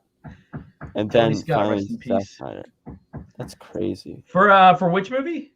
Man of Steel. Oh, okay. But didn't Chris Nolan eventually say, like, I want to pick Zack Snyder? No, Chris was just going to any director. I thought he picked Zack because of Watchmen. It was Goyer that was going to directors. And then Nolan finally pitched in when he, like, around Matt Reeves. And Ben Affleck. Okay. That's interesting. I did not know that. So actually, we're gonna wrap it up a little bit soon. Hey, at least we did. It's funny. Tuesday's show was our shortest show, but I think it had the most live viewers. We were up to 30 viewers. Yeah. But Kasuka, where are you at, my love? We're gonna talk a little bit Scream. And that's how I speak to 18-year-old girls. That type of Scream. Right? Yeah, that type of Scream. That is my Michael Jackson Scream. There we go. Whoa. The movie that Austin has not seen. I'll let you guys deal with this one. Have fun. Oh, he's gone. Okay, I was literally just texting him like, dude, if you wanna hang back, it's cool. If you want to leave, and say your goodbyes. There we go. All right, guys, we're gonna talk a little bit about Scream because I've seen people saying like, why is this movie so important? It's just a slasher flick. No, the beauty of Scream is that it is a satire of horror movies inside of a horror movie, and that the sequel is a satire of sequels and horror sequels within a sequel. And it's got top level writing, great performances, and dialogue that every movie has been ripping off since the 90s. So basically, Joss Whedon and Kevin Williamson started writing the whole pop culture quippy dialogue. The idea of characters referencing stuff happening in real life, characters referencing pop culture and film and stuff happening. That starts with Kevin Williamson, and then Joss Whedon does it in Buffy. And then everyone at Marvel decided to mimic that and decide to do that also. We got Hawkeye talking about Imagine Dragons. But Scream 1, at the time, essentially revived the slasher genre. The slasher genre was dying. It was kind of boring. It was all just Halloween knockoffs. The movie kind of satirizes it within genre without turning into a comedy, and then does so many homages to horror films. Caiden, jump in here. What do you think? I know you're a big Scream fan. So like you were saying, like that. Before Scream, you had Halloween, and you had some. I think one Nightmare on Elm Street movie. Yeah. And then his name just slipped out of my brain just now. Wes Craven? Wes Craven, yes. Wes Craven, came up with the idea to do a horror movie called, I think they had a name before Scream. Scary Movie.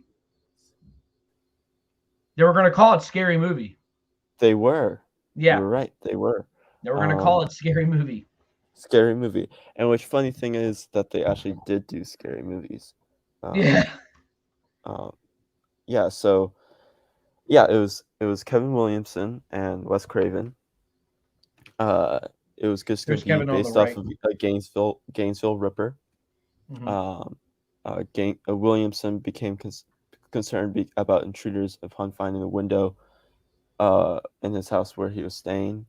And then he was inspired by that to do an 18-page draft about a young woman alone in the house who was taunted over a phone and attacked by a mass killer. The treatment remained a short story while Williamson worked on another script, Teaching Mrs. Tingle. A thriller That's to the eventually only sell. Kevin Williamson movie I haven't seen because he wrote it and directed it. Yeah. But I haven't seen it. I heard it's He eventually sold and was languished in developmental hell for years, for years. It was. I think he started writing it in like the late '80s, and then it was one of his passion projects. Okay. Williamson had been struggling to pay bills, so he secluded himself in Palm Springs, and to develop this treatment that he was first starting with Scary Movie. Then he wrote a full-on page, like 2 separate 5-page outlines for potential sequels and a full-on script.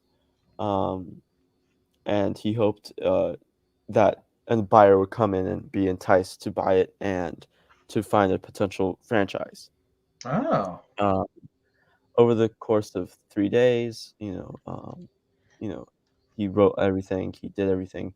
In an interview, Williams said that one reason he focused on Scary Movie script was because a film he wanted to watch, born of his childhood love of horror, such as Halloween, but nobody else was making it.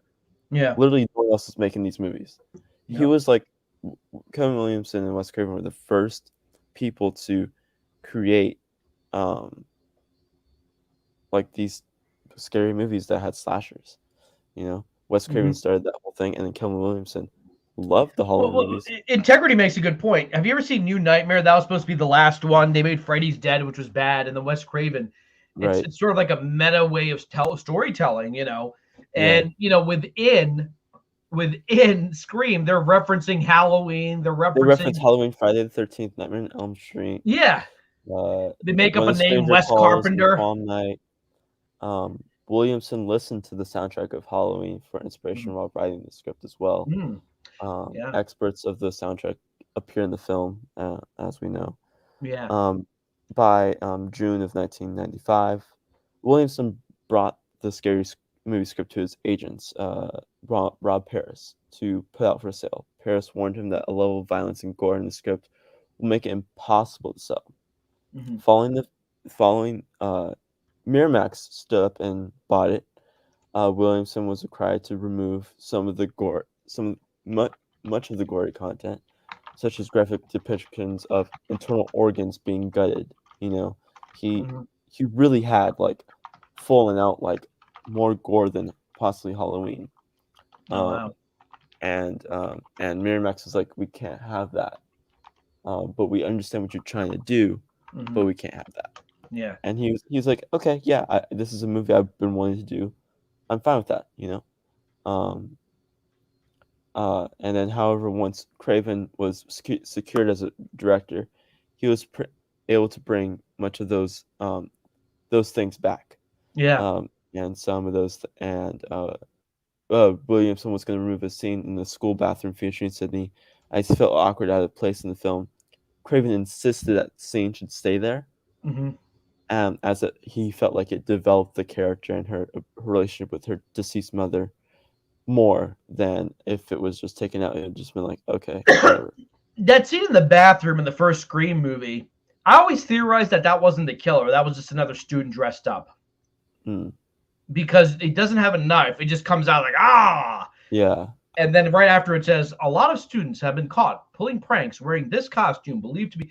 I always theorized that I don't think that was the actual killer. I don't think that was Billy or Stu. I don't think it was Stu or Billy as well. Yeah. I think it was possibly some like they said, some student trying to pull a prank. Yeah. But see, the movie never answers that, so you could actually think it was the killer, and that's what's great about that script. It's such a script that doesn't always give you the answers you want. And Wes Craven, told Williamson, no, keep it in the film. Like, it's a great scene. It really moves the story along, and it helps that the script. And then that was like the selling phase and the phase of him writing it and talking to Wes Craven, and this is more into and Dimensions Films had Bob Weinstein reviewed the script, and while he was reviewing it, that there were 30 pages without a murder, so approximately 30 minutes on screen without a murder. So he instructed Williams to have another character killed. The principal. And Williamson included the death of the character Principal Himbry, played by Winkler, the best the known comedy. Hey! Based on his input and so inadvertently resolved the problem that's in the script's finale, which I think actually it helps with the principal being murdered. It helps the whole ending of the movie less crowded with people. Yeah, and they're like, Principal Himbry's dead, and everyone just leaves. Yeah. And they all chant Ride of the Valkyries. Da, da, da, exactly. Da, da, da, da. And hey. And so, that's exactly what they thought. It was like there's so many people here. It would feel a bit crowded if Stu and Billy, or if the killer is just killing all these people, but like he's killing 5 people in the same area. It's not like they can do much. Yeah. So yeah, they rewrote it and put that in. And concerning the killer's motives, Williamson felt it was essential the audience to learn that antagonists had to become killers, but he also felt it potentially scary if they had no motivation. Opinions at the studio were split between those who believed the motive was needed for resolution and those who felt like the actions was scarier without one. As there were 2 killers, Williamson decided to do both Billy Loomis and the motive of material abandonment, while the second killer, Stu Macker, jokingly suggests peer pressure as his motive when prompted. So that's why he did the 2 killers, is because so he can please both sides, where he's like, okay, there's a motive for one, and then there's not really a motive for the second one. The more I watch, so the original Scream, I've seen many times over the last 25 years. I always saw it's obvious. Yeah. So Billy's mom left because Sidney's mom was cheating, having sex with his father. But the more I've watched the movie, I'm like, I don't know if that's a motive or an excuse. Like, that doesn't turn you into a serial. I think he had issues, and he's almost blaming that. Yeah. It's like his quote-unquote motive. It's not his actual motive. It's just remember, he even says, how's that for a motive? Like, he puts a knife in his mouth, kind of like, or on his lips. Like, it's like, oh, you want a motive? Here's a motive. But like, I think he was messed up before then. Yeah. And what's great is there's a reaction shot from Stu, and Stu's just like he didn't know that. I didn't. Like, he didn't know that. Yeah. Stu just sells that scene. Yeah. And going into development, gotta have a sequel. Into the development phase, the script for what was known as the Scary Movie went on sale on the Friday of June 1995, but received no bids. By the following Monday, the script has become the subject of a significant bidding war among hosts of established like Paramount Pictures, Universal Studios, Morgan Creek Pictures. Producer Kathy Conrad read the script and felt it was exactly what the Weinstein brothers were. Let me just say hi to Poindexter Lounge real quick, man. Welcome, my friend. Welcome. What up? Get rid of this damn picture. Over we go. No, what? Hey. No. Oh my God. Enosh. But Enosh, we got to have you back on because I have a very funny story to tell you about what happened last time you were here and I had to leave. But, I'm not going to tell that very embarrassing story until we have you back on JIVIN with Jack. But it's good to see you. I'm sorry, Caiden, go ahead. Kathy Conroy, the producer at Dimension Films, that was a part of Miramax, thought this was the perfect script that the Weinstein brothers were looking for. Dimension had previously released several horror films and intended to focus on that genre. Conroy bought the script to Bob Weinstein's assistant, Richard Potter. Believing it had potential, he brought it to Weinstein's attention. This is not Harvey, this is Bob Weinstein. Studio began to drop out of the bidding as the price of the script increased, and the final two bidders were Oliver Stone, who was at the time working under Synergy Pictures, and the Weinsteins of Dimension Films. Williamson agreed a bid of $400,000 for Miramax. So if I'm just going to do an inflation calculator on what that is right now, but plus a contract for 2 sequels and a possible 4th unrelated film. Oh wow! So they've done contract for. They signed for a trilogy and then a solo film. They're like, okay, we're gonna get you for this trilogy, this universe, and you're gonna start another one as well. Okay, that's interesting. They were again. I always assumed they wrote Scream. They're like, wow, this is doing really good, and within 1 year they just made a second one, which in my opinion is actually better. In my opinion, and I love Scream. But I think Scream 2 might be slightly better. I think the killers in Scream 1 are better. But I think Scream 2 has a great third act. In today's day and age, that would have been $725,995 for that script and really? Contract.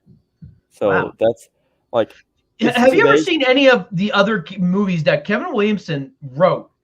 So there's Teaching Mr. Tingle. He wrote I Know What You Did Last Summer, which I think is underrated. I think that's a great film. I like majority of Kevin Williamson's The movies. Faculty. Have you ever seen that? Directed by the great Robert Rodriguez. Have you ever seen The Faculty? Another Kevin Williamson film.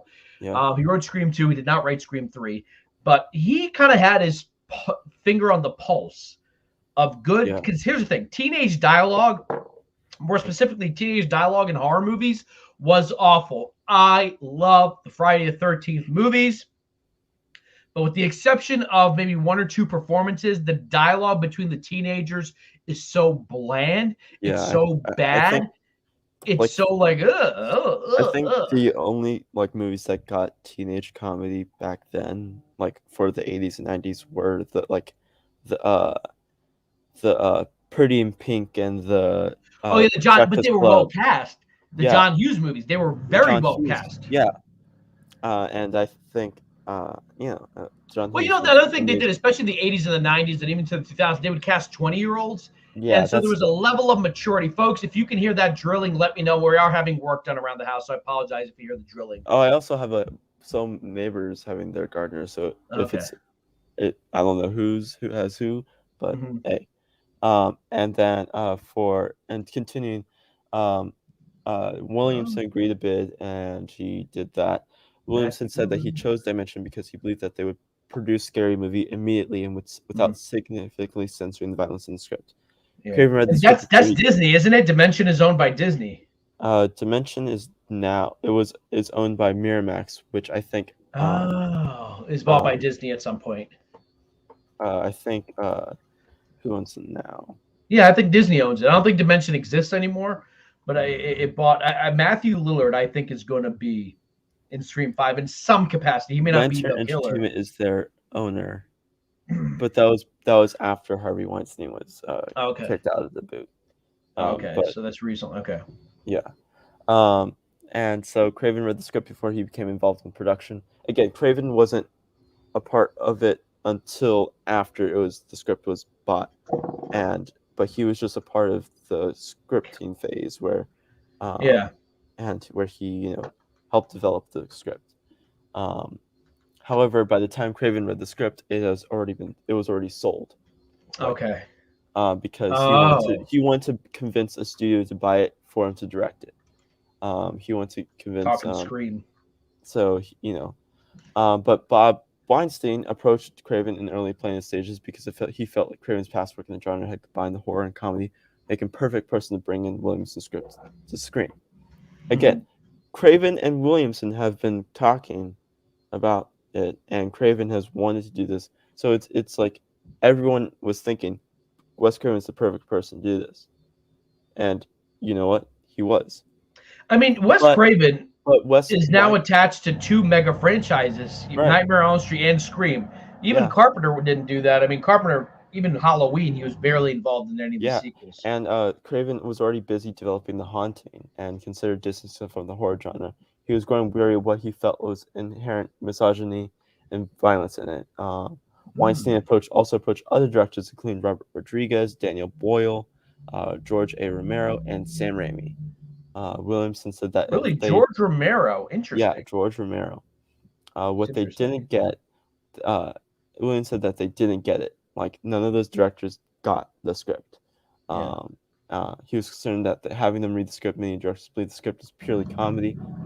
What Craven was approached again by continuing to pass in spite of repeated requests.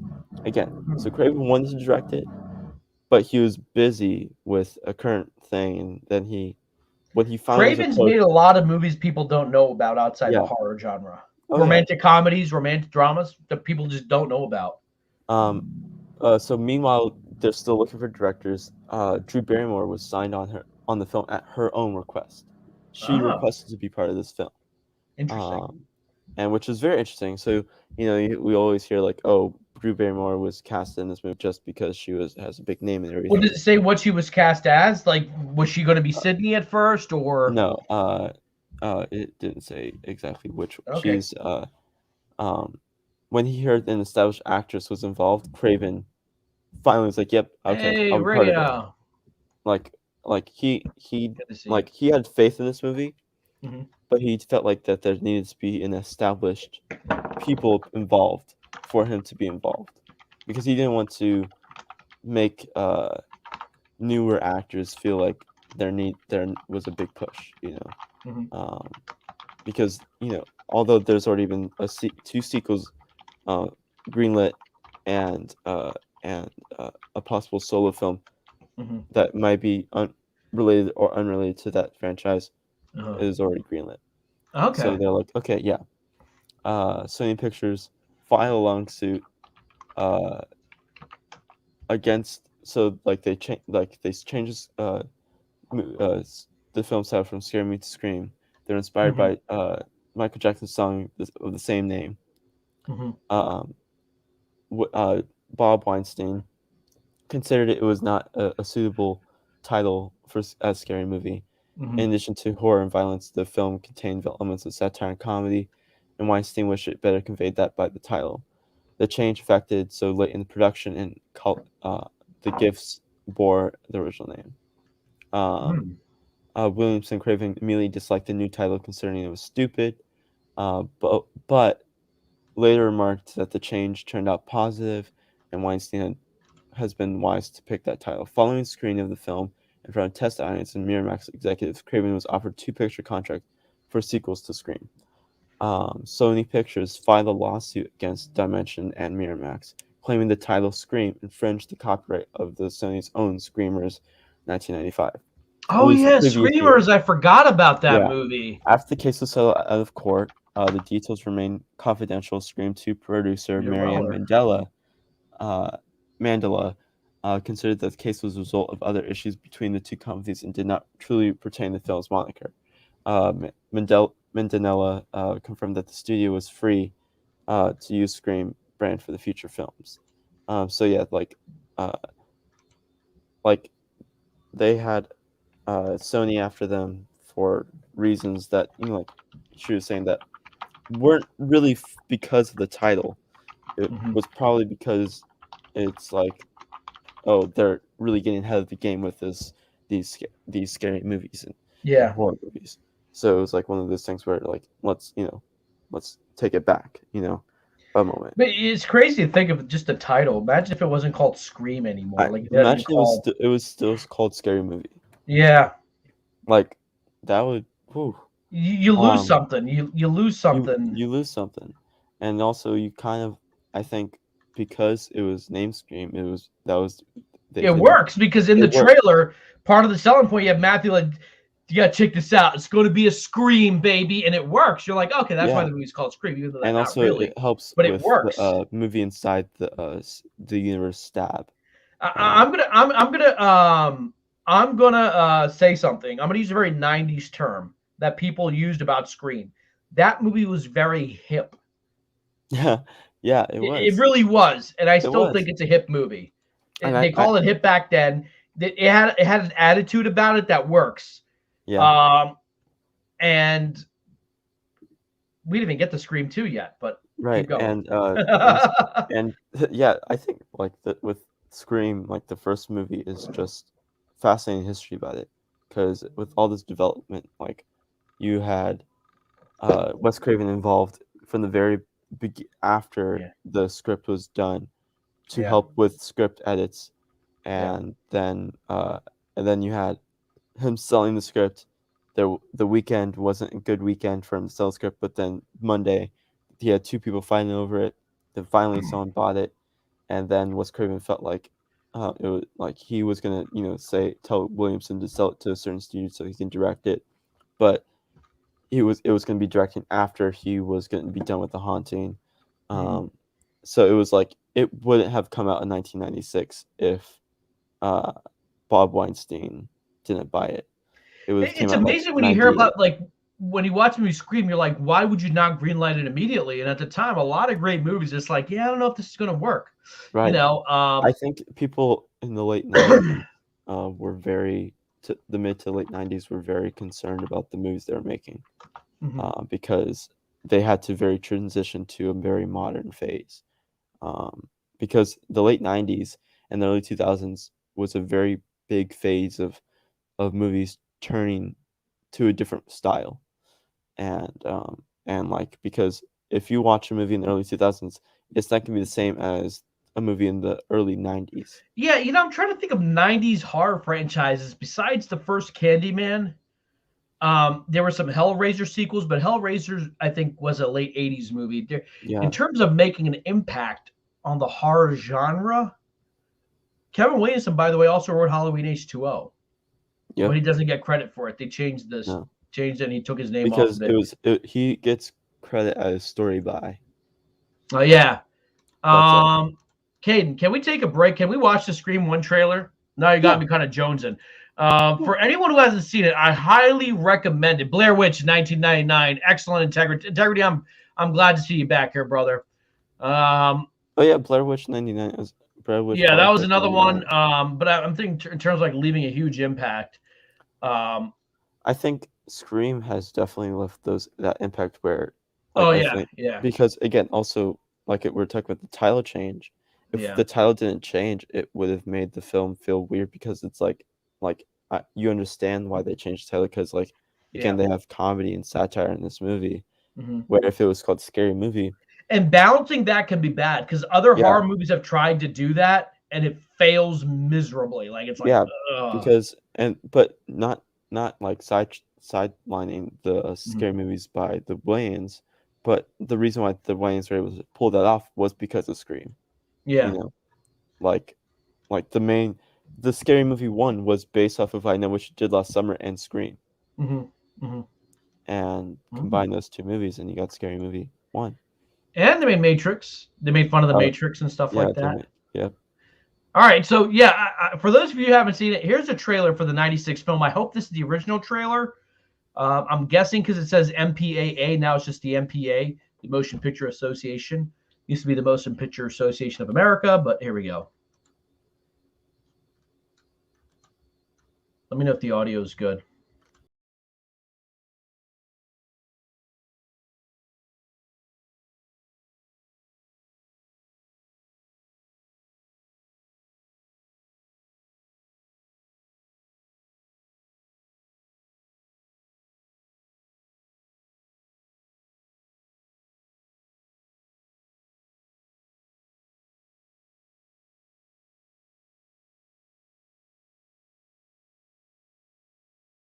Is playing a deadly game.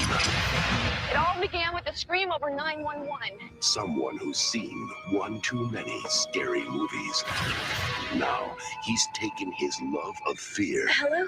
Hello, Sydney. one step too far.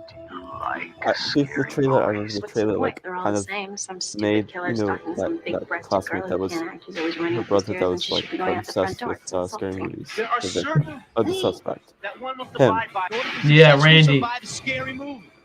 Number one, you can never have sex. So what does this mean? Never, ever, ever, under any circumstances, say, "I'll be right back," because you won't be back. Get another beer. You want one? Yeah, sure. I'll be right back.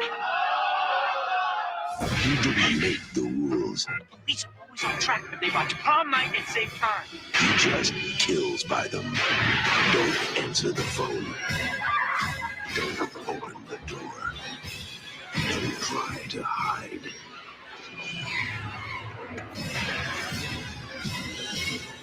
Everybody, the suspect. Yeah. Not scared, are you? Scream.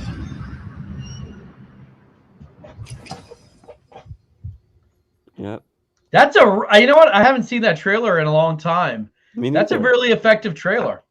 Even Yeah. I'll be right 24 back. years later, 25 years later. By the way, if you ever want to see a great, I am the only person in like 100-mile radius who's a big fan of the show Twin Peaks. They brought a third season after 25 years to wrap up the story. Matthew Lillard does some of the best acting I've ever seen in like one or two scenes. Wow. Really Matthew good acting. Lillard is amazing. Yeah. I love that guy. He's Integrity. amazing. Can I tell you a quick story about Scream 2? So you know the scene where he's like, "You want to be one of the big boys? Manson, Bundy, OJ." Me and my friends, we died, and this is a thing we used to do in the 90s. We would rewind a scene and keep watching it again and again. Oh my god. When he's like, OJ, because OJ had just happened. Like, Right. literally just Yeah. happened when that came out. And he's like, "You want to be one of the big boys? Manson, Bundy, OJ." His death is just, it's one of the few deaths where, like, I hate that he died, but it's so well done that I can't hate the scene. You know what I mean? Right.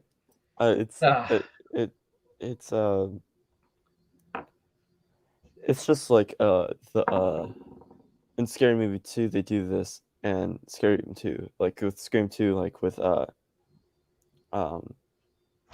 is Scary Scream 2? Jada Pinkett Smith, and they have her sitting down in the movie theater, and her boyfriend is in the Scream suit. At least we think it's boyfriend, and then she gets killed there, and then Scary Movie.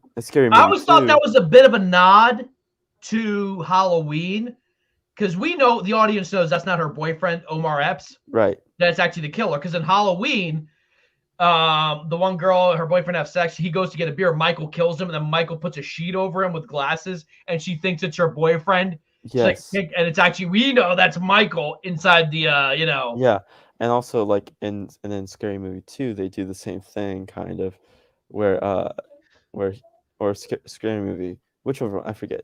Yeah, it's Scary Movie where like they kill the black girl because everyone starts stabbing her because she keeps talking. Kept on stabbing her and stabbing her and stabbing her and stabbing her. Yeah. Like it's like, but we all know that she lives in the end. But it's just a funny, like, it's just like one of the things where it's like, it's funny. Yeah. And like going back to Scream. So yes, they wanted Drew Barrymore to play Sidney Prescott in the beginning. Oh. But you know what? I'm glad they used Nev Campbell. I think it worked out. But Drew Barrymore had some scheduling conflicts, so they wrote a scene in the beginning for her to play a smaller but similar role. Drew Barrymore did press for Scream 1. I actually remember when I was a kid, I was like 8, 9 years old. She actually did press for the movie as if she's in the movie a long time. She was put on the poster and everything. No one knew she gets killed. So Casey Mack, I'm not gonna lie, I'm actually a bit of a simp for Scary Movie 3. That the one that made fun of signs and the ring. One with the hand guy? No, that's Scary Movie 2. Scary Movie 3 is when the Wayans brothers stopped in. They got the guy who made Airplane to do it. And that's where they make fun of signs. They got Charlie Sheen. They make fun of 8 Mile. They make fun of the ring. They make fun of the it's got Simon Rex is in that one, right? Simon Rex, yeah. He plays Joaquin Phoenix's character from Signs, the younger brother at the farm, but then he's also like an Eminem. He's like a white rapper, so he goes to and then he has rap to put battle. his hood off. And he puts the hood on and he does this. Oh my god! Yeah. It's like we're in the hood now. It's like, dude, take the Kevin Hart is in that. Yep. Unknown Kevin Hart with an unknown Anthony Anderson. Anthony Anderson, the Holic. And they also did a bit of that movie is great because they brought back the original cast.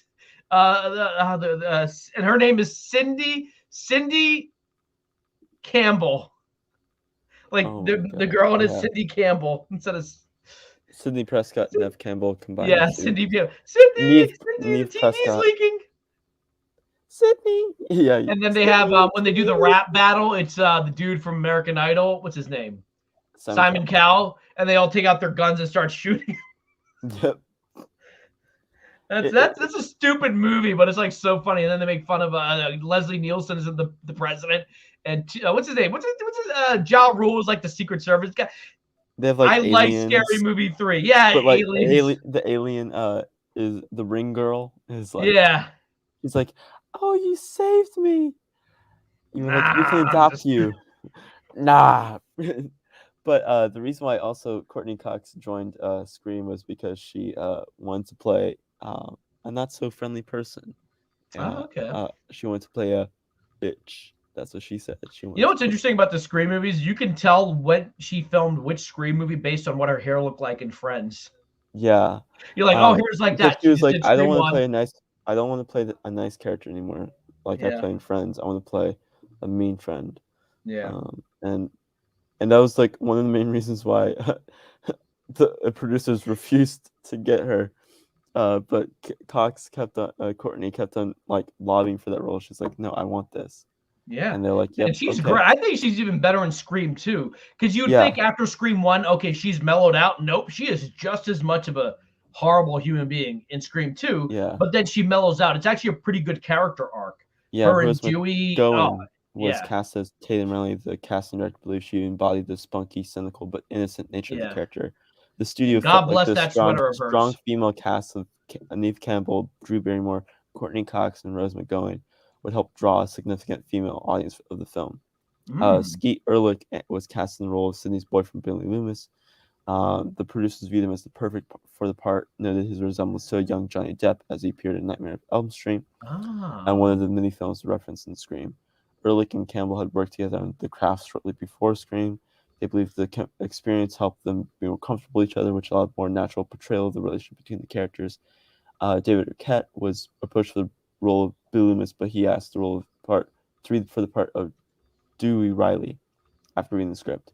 The role was described as a hunky, but was considered ill-fitting for Arquette's lean, slender appearance and approach, but Arquette was still allowed to audition the part. So yeah, like that's so weird that Arquette was approached for Billy Loomis. Yeah, I think him how they did as Dewey worked out great. Yeah. What was his name in Scary Movie 1? Doofy. Doofy, yes. Doofy. And then they make fun of the usual suspects at the end, where it turns out he's actually perfectly normal. Yes, and he like takes off the wig and everything, and like jumps in the car and speeds off. Like, and it turns out he was the killer. Like, yeah. Oh my god. And so I have a suggestion.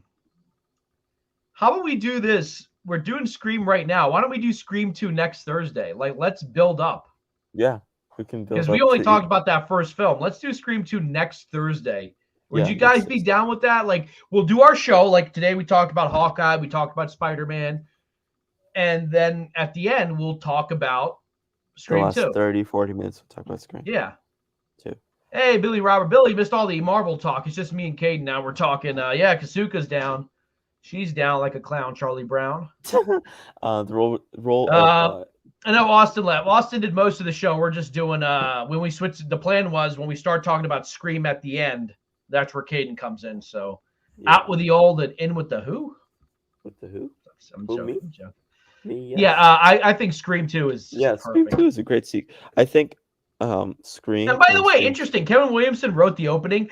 The opening of Jada Pinkett and Omar Epps talking about black people in horror movies, how they're marginalized, almost seems like it could have been taken from a Jordan Peele movie. A Jordan Peele movie or an SNL skit.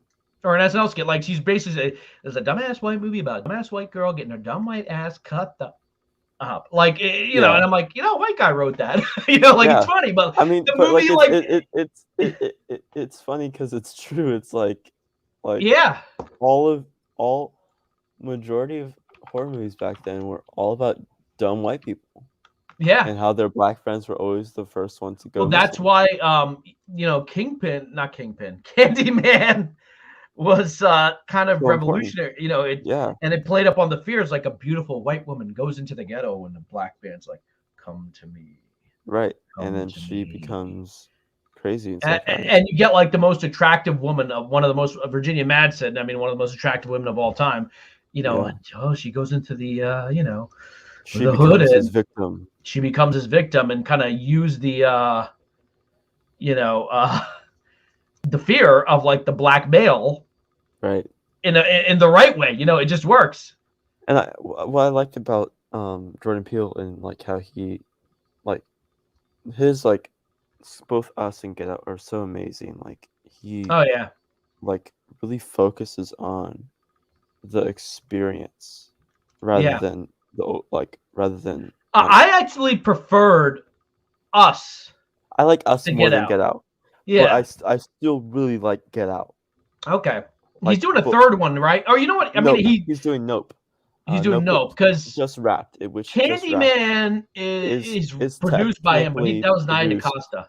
Yeah, he produced and wrote it. Integrity, I'll say this. Watch the original one. It is a direct sequel to the first film. Yeah, in a way, it's a soft reboot, but it is a sequel. Yeah, and I love it. Especially when you find out who the main character is. I love Candyman. The new Candyman. Yeah, I love it, and I love. Again, it's a Jordan. So whenever you have like the first Candyman really went into that, but the second one really also went more in depth into what like the ghetto is like and everything, which was really neat. I'll put it to you this way: the first Candyman was written from like Scream 2, written from a white perspective. Let's be honest; it was. This Candyman is the same concept, but now it's written from an African American.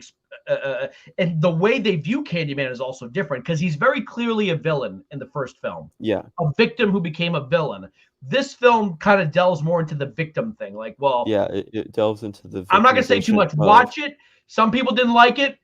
I liked it a lot. I can't wait to watch it again. Maybe I'll change my mind. I'm like, you know what, this is not as good. But I right now, that Last Night in Soho are kind of my top of the list of the best movies that came out theatrically. Oh yeah, I think it really showed the victimization and the torture of African American men throughout history. You know, how like they always has. Like African American men have always been victimized and has this main suspect to everything, and how and it really shows. Scream never had a black killer, I think, did they? No, originally in Scream 2, original killers were going to be the boyfriend and Haley, the roommate, but then it got leaked, so they had to change it. But that would have been interesting. Yeah, I think. Like horror genre and the thriller. Integrity, watch Candyman. I would definitely recommend rewatching the original one again, even if you've seen it a bunch of times. Rewatch it and then watch the new one. Yeah, it's a good way to do back to back because then you understand. I think his appearance in the second one was at the right moment. I'm not gonna say much. That's all I'm gonna say. It was perfect. Oh my! It was perfect how it happened. I don't want to ruin the scene. I don't want to ruin the scene. Go see the new Candyman. I think my favorite, the top three franchises for horror is Scream, Halloween, and Candyman. Okay, I've never seen the sequels. Like I know they made some direct-to-video sequels for Candyman. I never saw them. I saw them, but like I think the second one's good. But the next. What about Candyman's daughter? I only know that because in Scream 2, Jamie says there's always room for Candyman's daughter. I'm like, wait, he has a daughter? I got to see those movies. It wasn't the best. Okay. Dude, I like Halloween 6, The Curse of Michael Myers. So. Yeah, I mean, I will say this: that the second one is fine. It's usually the first two that are fine, but then like fine or really good, and then like the next two are like when you try to really milk it, it's like it gets really raunchy and obnoxious and just Like, okay. Okay. I'm going to try to check out those sequels during the Christmas break. Because I even like the Hellraiser sequels. They're not good, but like I can enjoy them too. I actually enjoy them. Sometimes it's like, oh, I'm actually one of them has looking forward Terry to the new Farrell. Hellraiser reboot. Yeah, that's interesting. Ever seen the Candyman sequels? So just for the new Candyman, watch the original and watch this one. They are very connected. A lot of people thought this was a remake. Yeah, I would say this. It's people view Candyman as the villain in the first one, and then the way that this movie works, it makes us view Candyman as the victim. And as I a love victim, it. yeah. And I love and it. maybe as an Avenger. Yeah. Not an Avenger, but not Marvel. A lowercase Avenger. But think about that. That's all I'll say. I don't want to ruin it, but watch the kid. You might not like it. Some people didn't like it. I loved it. I thought it was right there. And I understand some of the people that didn't like it. It was fine. But then there's some people who took it too far and was just like, okay, no, you didn't understand the movie at all. Caiden, before we wrap up, I thought, why don't we close it out with the Scream 2 trailer? We can. What do you think? Yeah. And then as soon as it's over, you hit the outro button. So, folks, I want to thank you for joining us. And we're going to watch the trailer for Scream 2. We're going to try to talk about it next week, unless something major happens and we can't talk about it. But we do want to cover Scream because we're really excited about Scream 5, a.k.a. Scream. But, yeah, that's a new thing now. They're just calling the sequels the original name, Halloween, Scream. Right. And I think this is the original 90s trailer because look at how old that looks. Here we go. Yeah.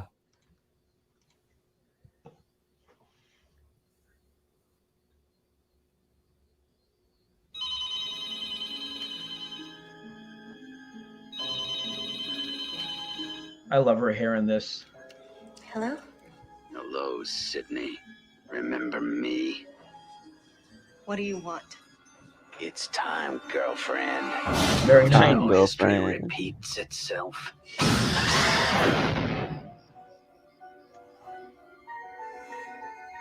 Last night, 2 college students were brutally murdered. Police are everywhere. The girl was stabbed 7 times. Ouch. Hi, Gail Weathers, author of the Woodsboro murders. She's an opportunist. Be kind, she saved our lives. Yeah, I know. I read all about it in the book. I can't wait to see the movie.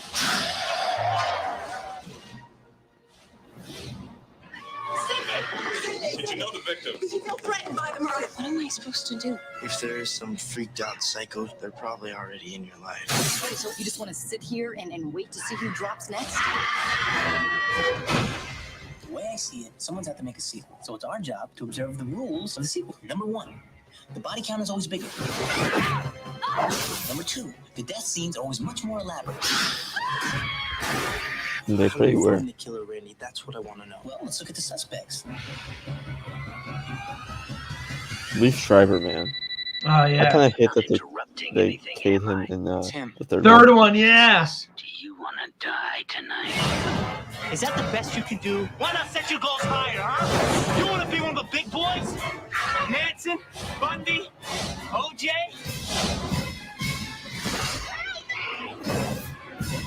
I mean, by this movie, he's already a serial killer. Like the ghost is. Like, What's your favorite scary movie? Showgirls.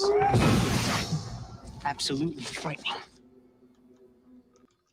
Oh, man, they don't make trailers like that anymore. Like, good trailers. Yeah. I love this. Hi. No, I really mean that. Hi. That's Portia de Rossi, by the way, who says that line. She's married to Ellen DeGeneres from Arrested Development. It's like, hi, Sydney. No, I really mean that.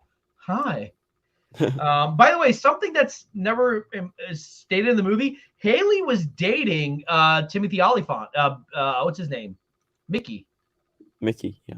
Yeah, they were boyfriend-girlfriend. There's only one scene that kind of implies it where... Yeah, I think they weren't trying to really make it a big point of view. I think they really wanted Mickey to not seem like a suspect. Oh, yeah. Because yeah, like if you really focus on Mickey and her, it would have been weird. Yeah. Now I'm all excited for Scream. All right. So wow, this is a long show. So I think we made up for the fact that Tuesday's show was only an hour. Yeah. But I want to thank everyone. Caiden, get the button ready. Folks, we appreciate this. I'm surprised everyone stayed for the Scream conversation. I'm glad that Scream has a following. Kasutka, I'm glad that you're a Twin Peaks fan. I hope you've seen the first 2 seasons, Fire Walk with Me. And, I'd love to do a watch party of the alternate version of Fire Walk with Me, where some fans reinserted about 3 hours of deleted scenes into the movie. Maybe we can do a watch party of that. But I don't know. I would love to do. I'm a David Lynch fan. I know. Definitely before Austin tried to watch Blue Velvet, and he's like halfway through. He's like, I can't do it. I can't do it. This guy's too weird. Blue Velvet Chainsaw. No, it's just called Blue Velvet. It's David Lynch. It's just weird. But you get to see. It was a Red Velvet Chainsaw. Yeah, I think you're thinking of something. But here's the cool thing about Blue Velvet. The one Jake Gyllenhaal. Dennis Hopper in that movie is just so nuts. It is a drama. It is weird. David Lynch is weird. David Lynch did the worst. I'm sorry, Dune. Yeah, Dune. But like that's not his style of filmmaking. That's not he's better. But here's the thing: worst comes to worst, folks. You get to see a young Isabella Rossellini naked a lot. So take from that what you will. Check out Blue Velvet. All right, guys. Thank you for joining us today. We have stuff for you tomorrow. Make sure you hit the notification bell. We're going to go live at some point. But me, Caiden, and Austin will be back here on Tuesday, of course, for Jive with Jack. Because remember, last thing, Showcase Cinemas. We're doing a big review for Spider-Man No Way Home. So make sure you hit the notification bell. And tomorrow yes, we are doing a National Lampoon's Christmas Vacation holiday watch party. Watch party. I'm doing it a little earlier this time. I'm going to make sure I'm going to start at 8:45 on YouTube. 8:45, 8:50 on YouTube, so then we can get people in. And that's Pacific time, right? Pacific time. So that is 11. 11. Yeah, around 11. 11:45, 11:50 Eastern Standard Time. And then we're going to start the movie at 9 Pacific, 12 Eastern. So then we can get it done by 11 and 1 o'clock. Okay. Around that time. There we go. So it's going to be a good movie, good fun time. So yeah. And folks, if you haven't seen it, we're giving it to you to watch. So yeah. And we're going to be watching it on Twitch. So, make sure you hit that Twitch link when I put it in the chat tomorrow. And we will see you guys on the flip side. And what do we do? What do we say? We do it for you, and we do it for the culture.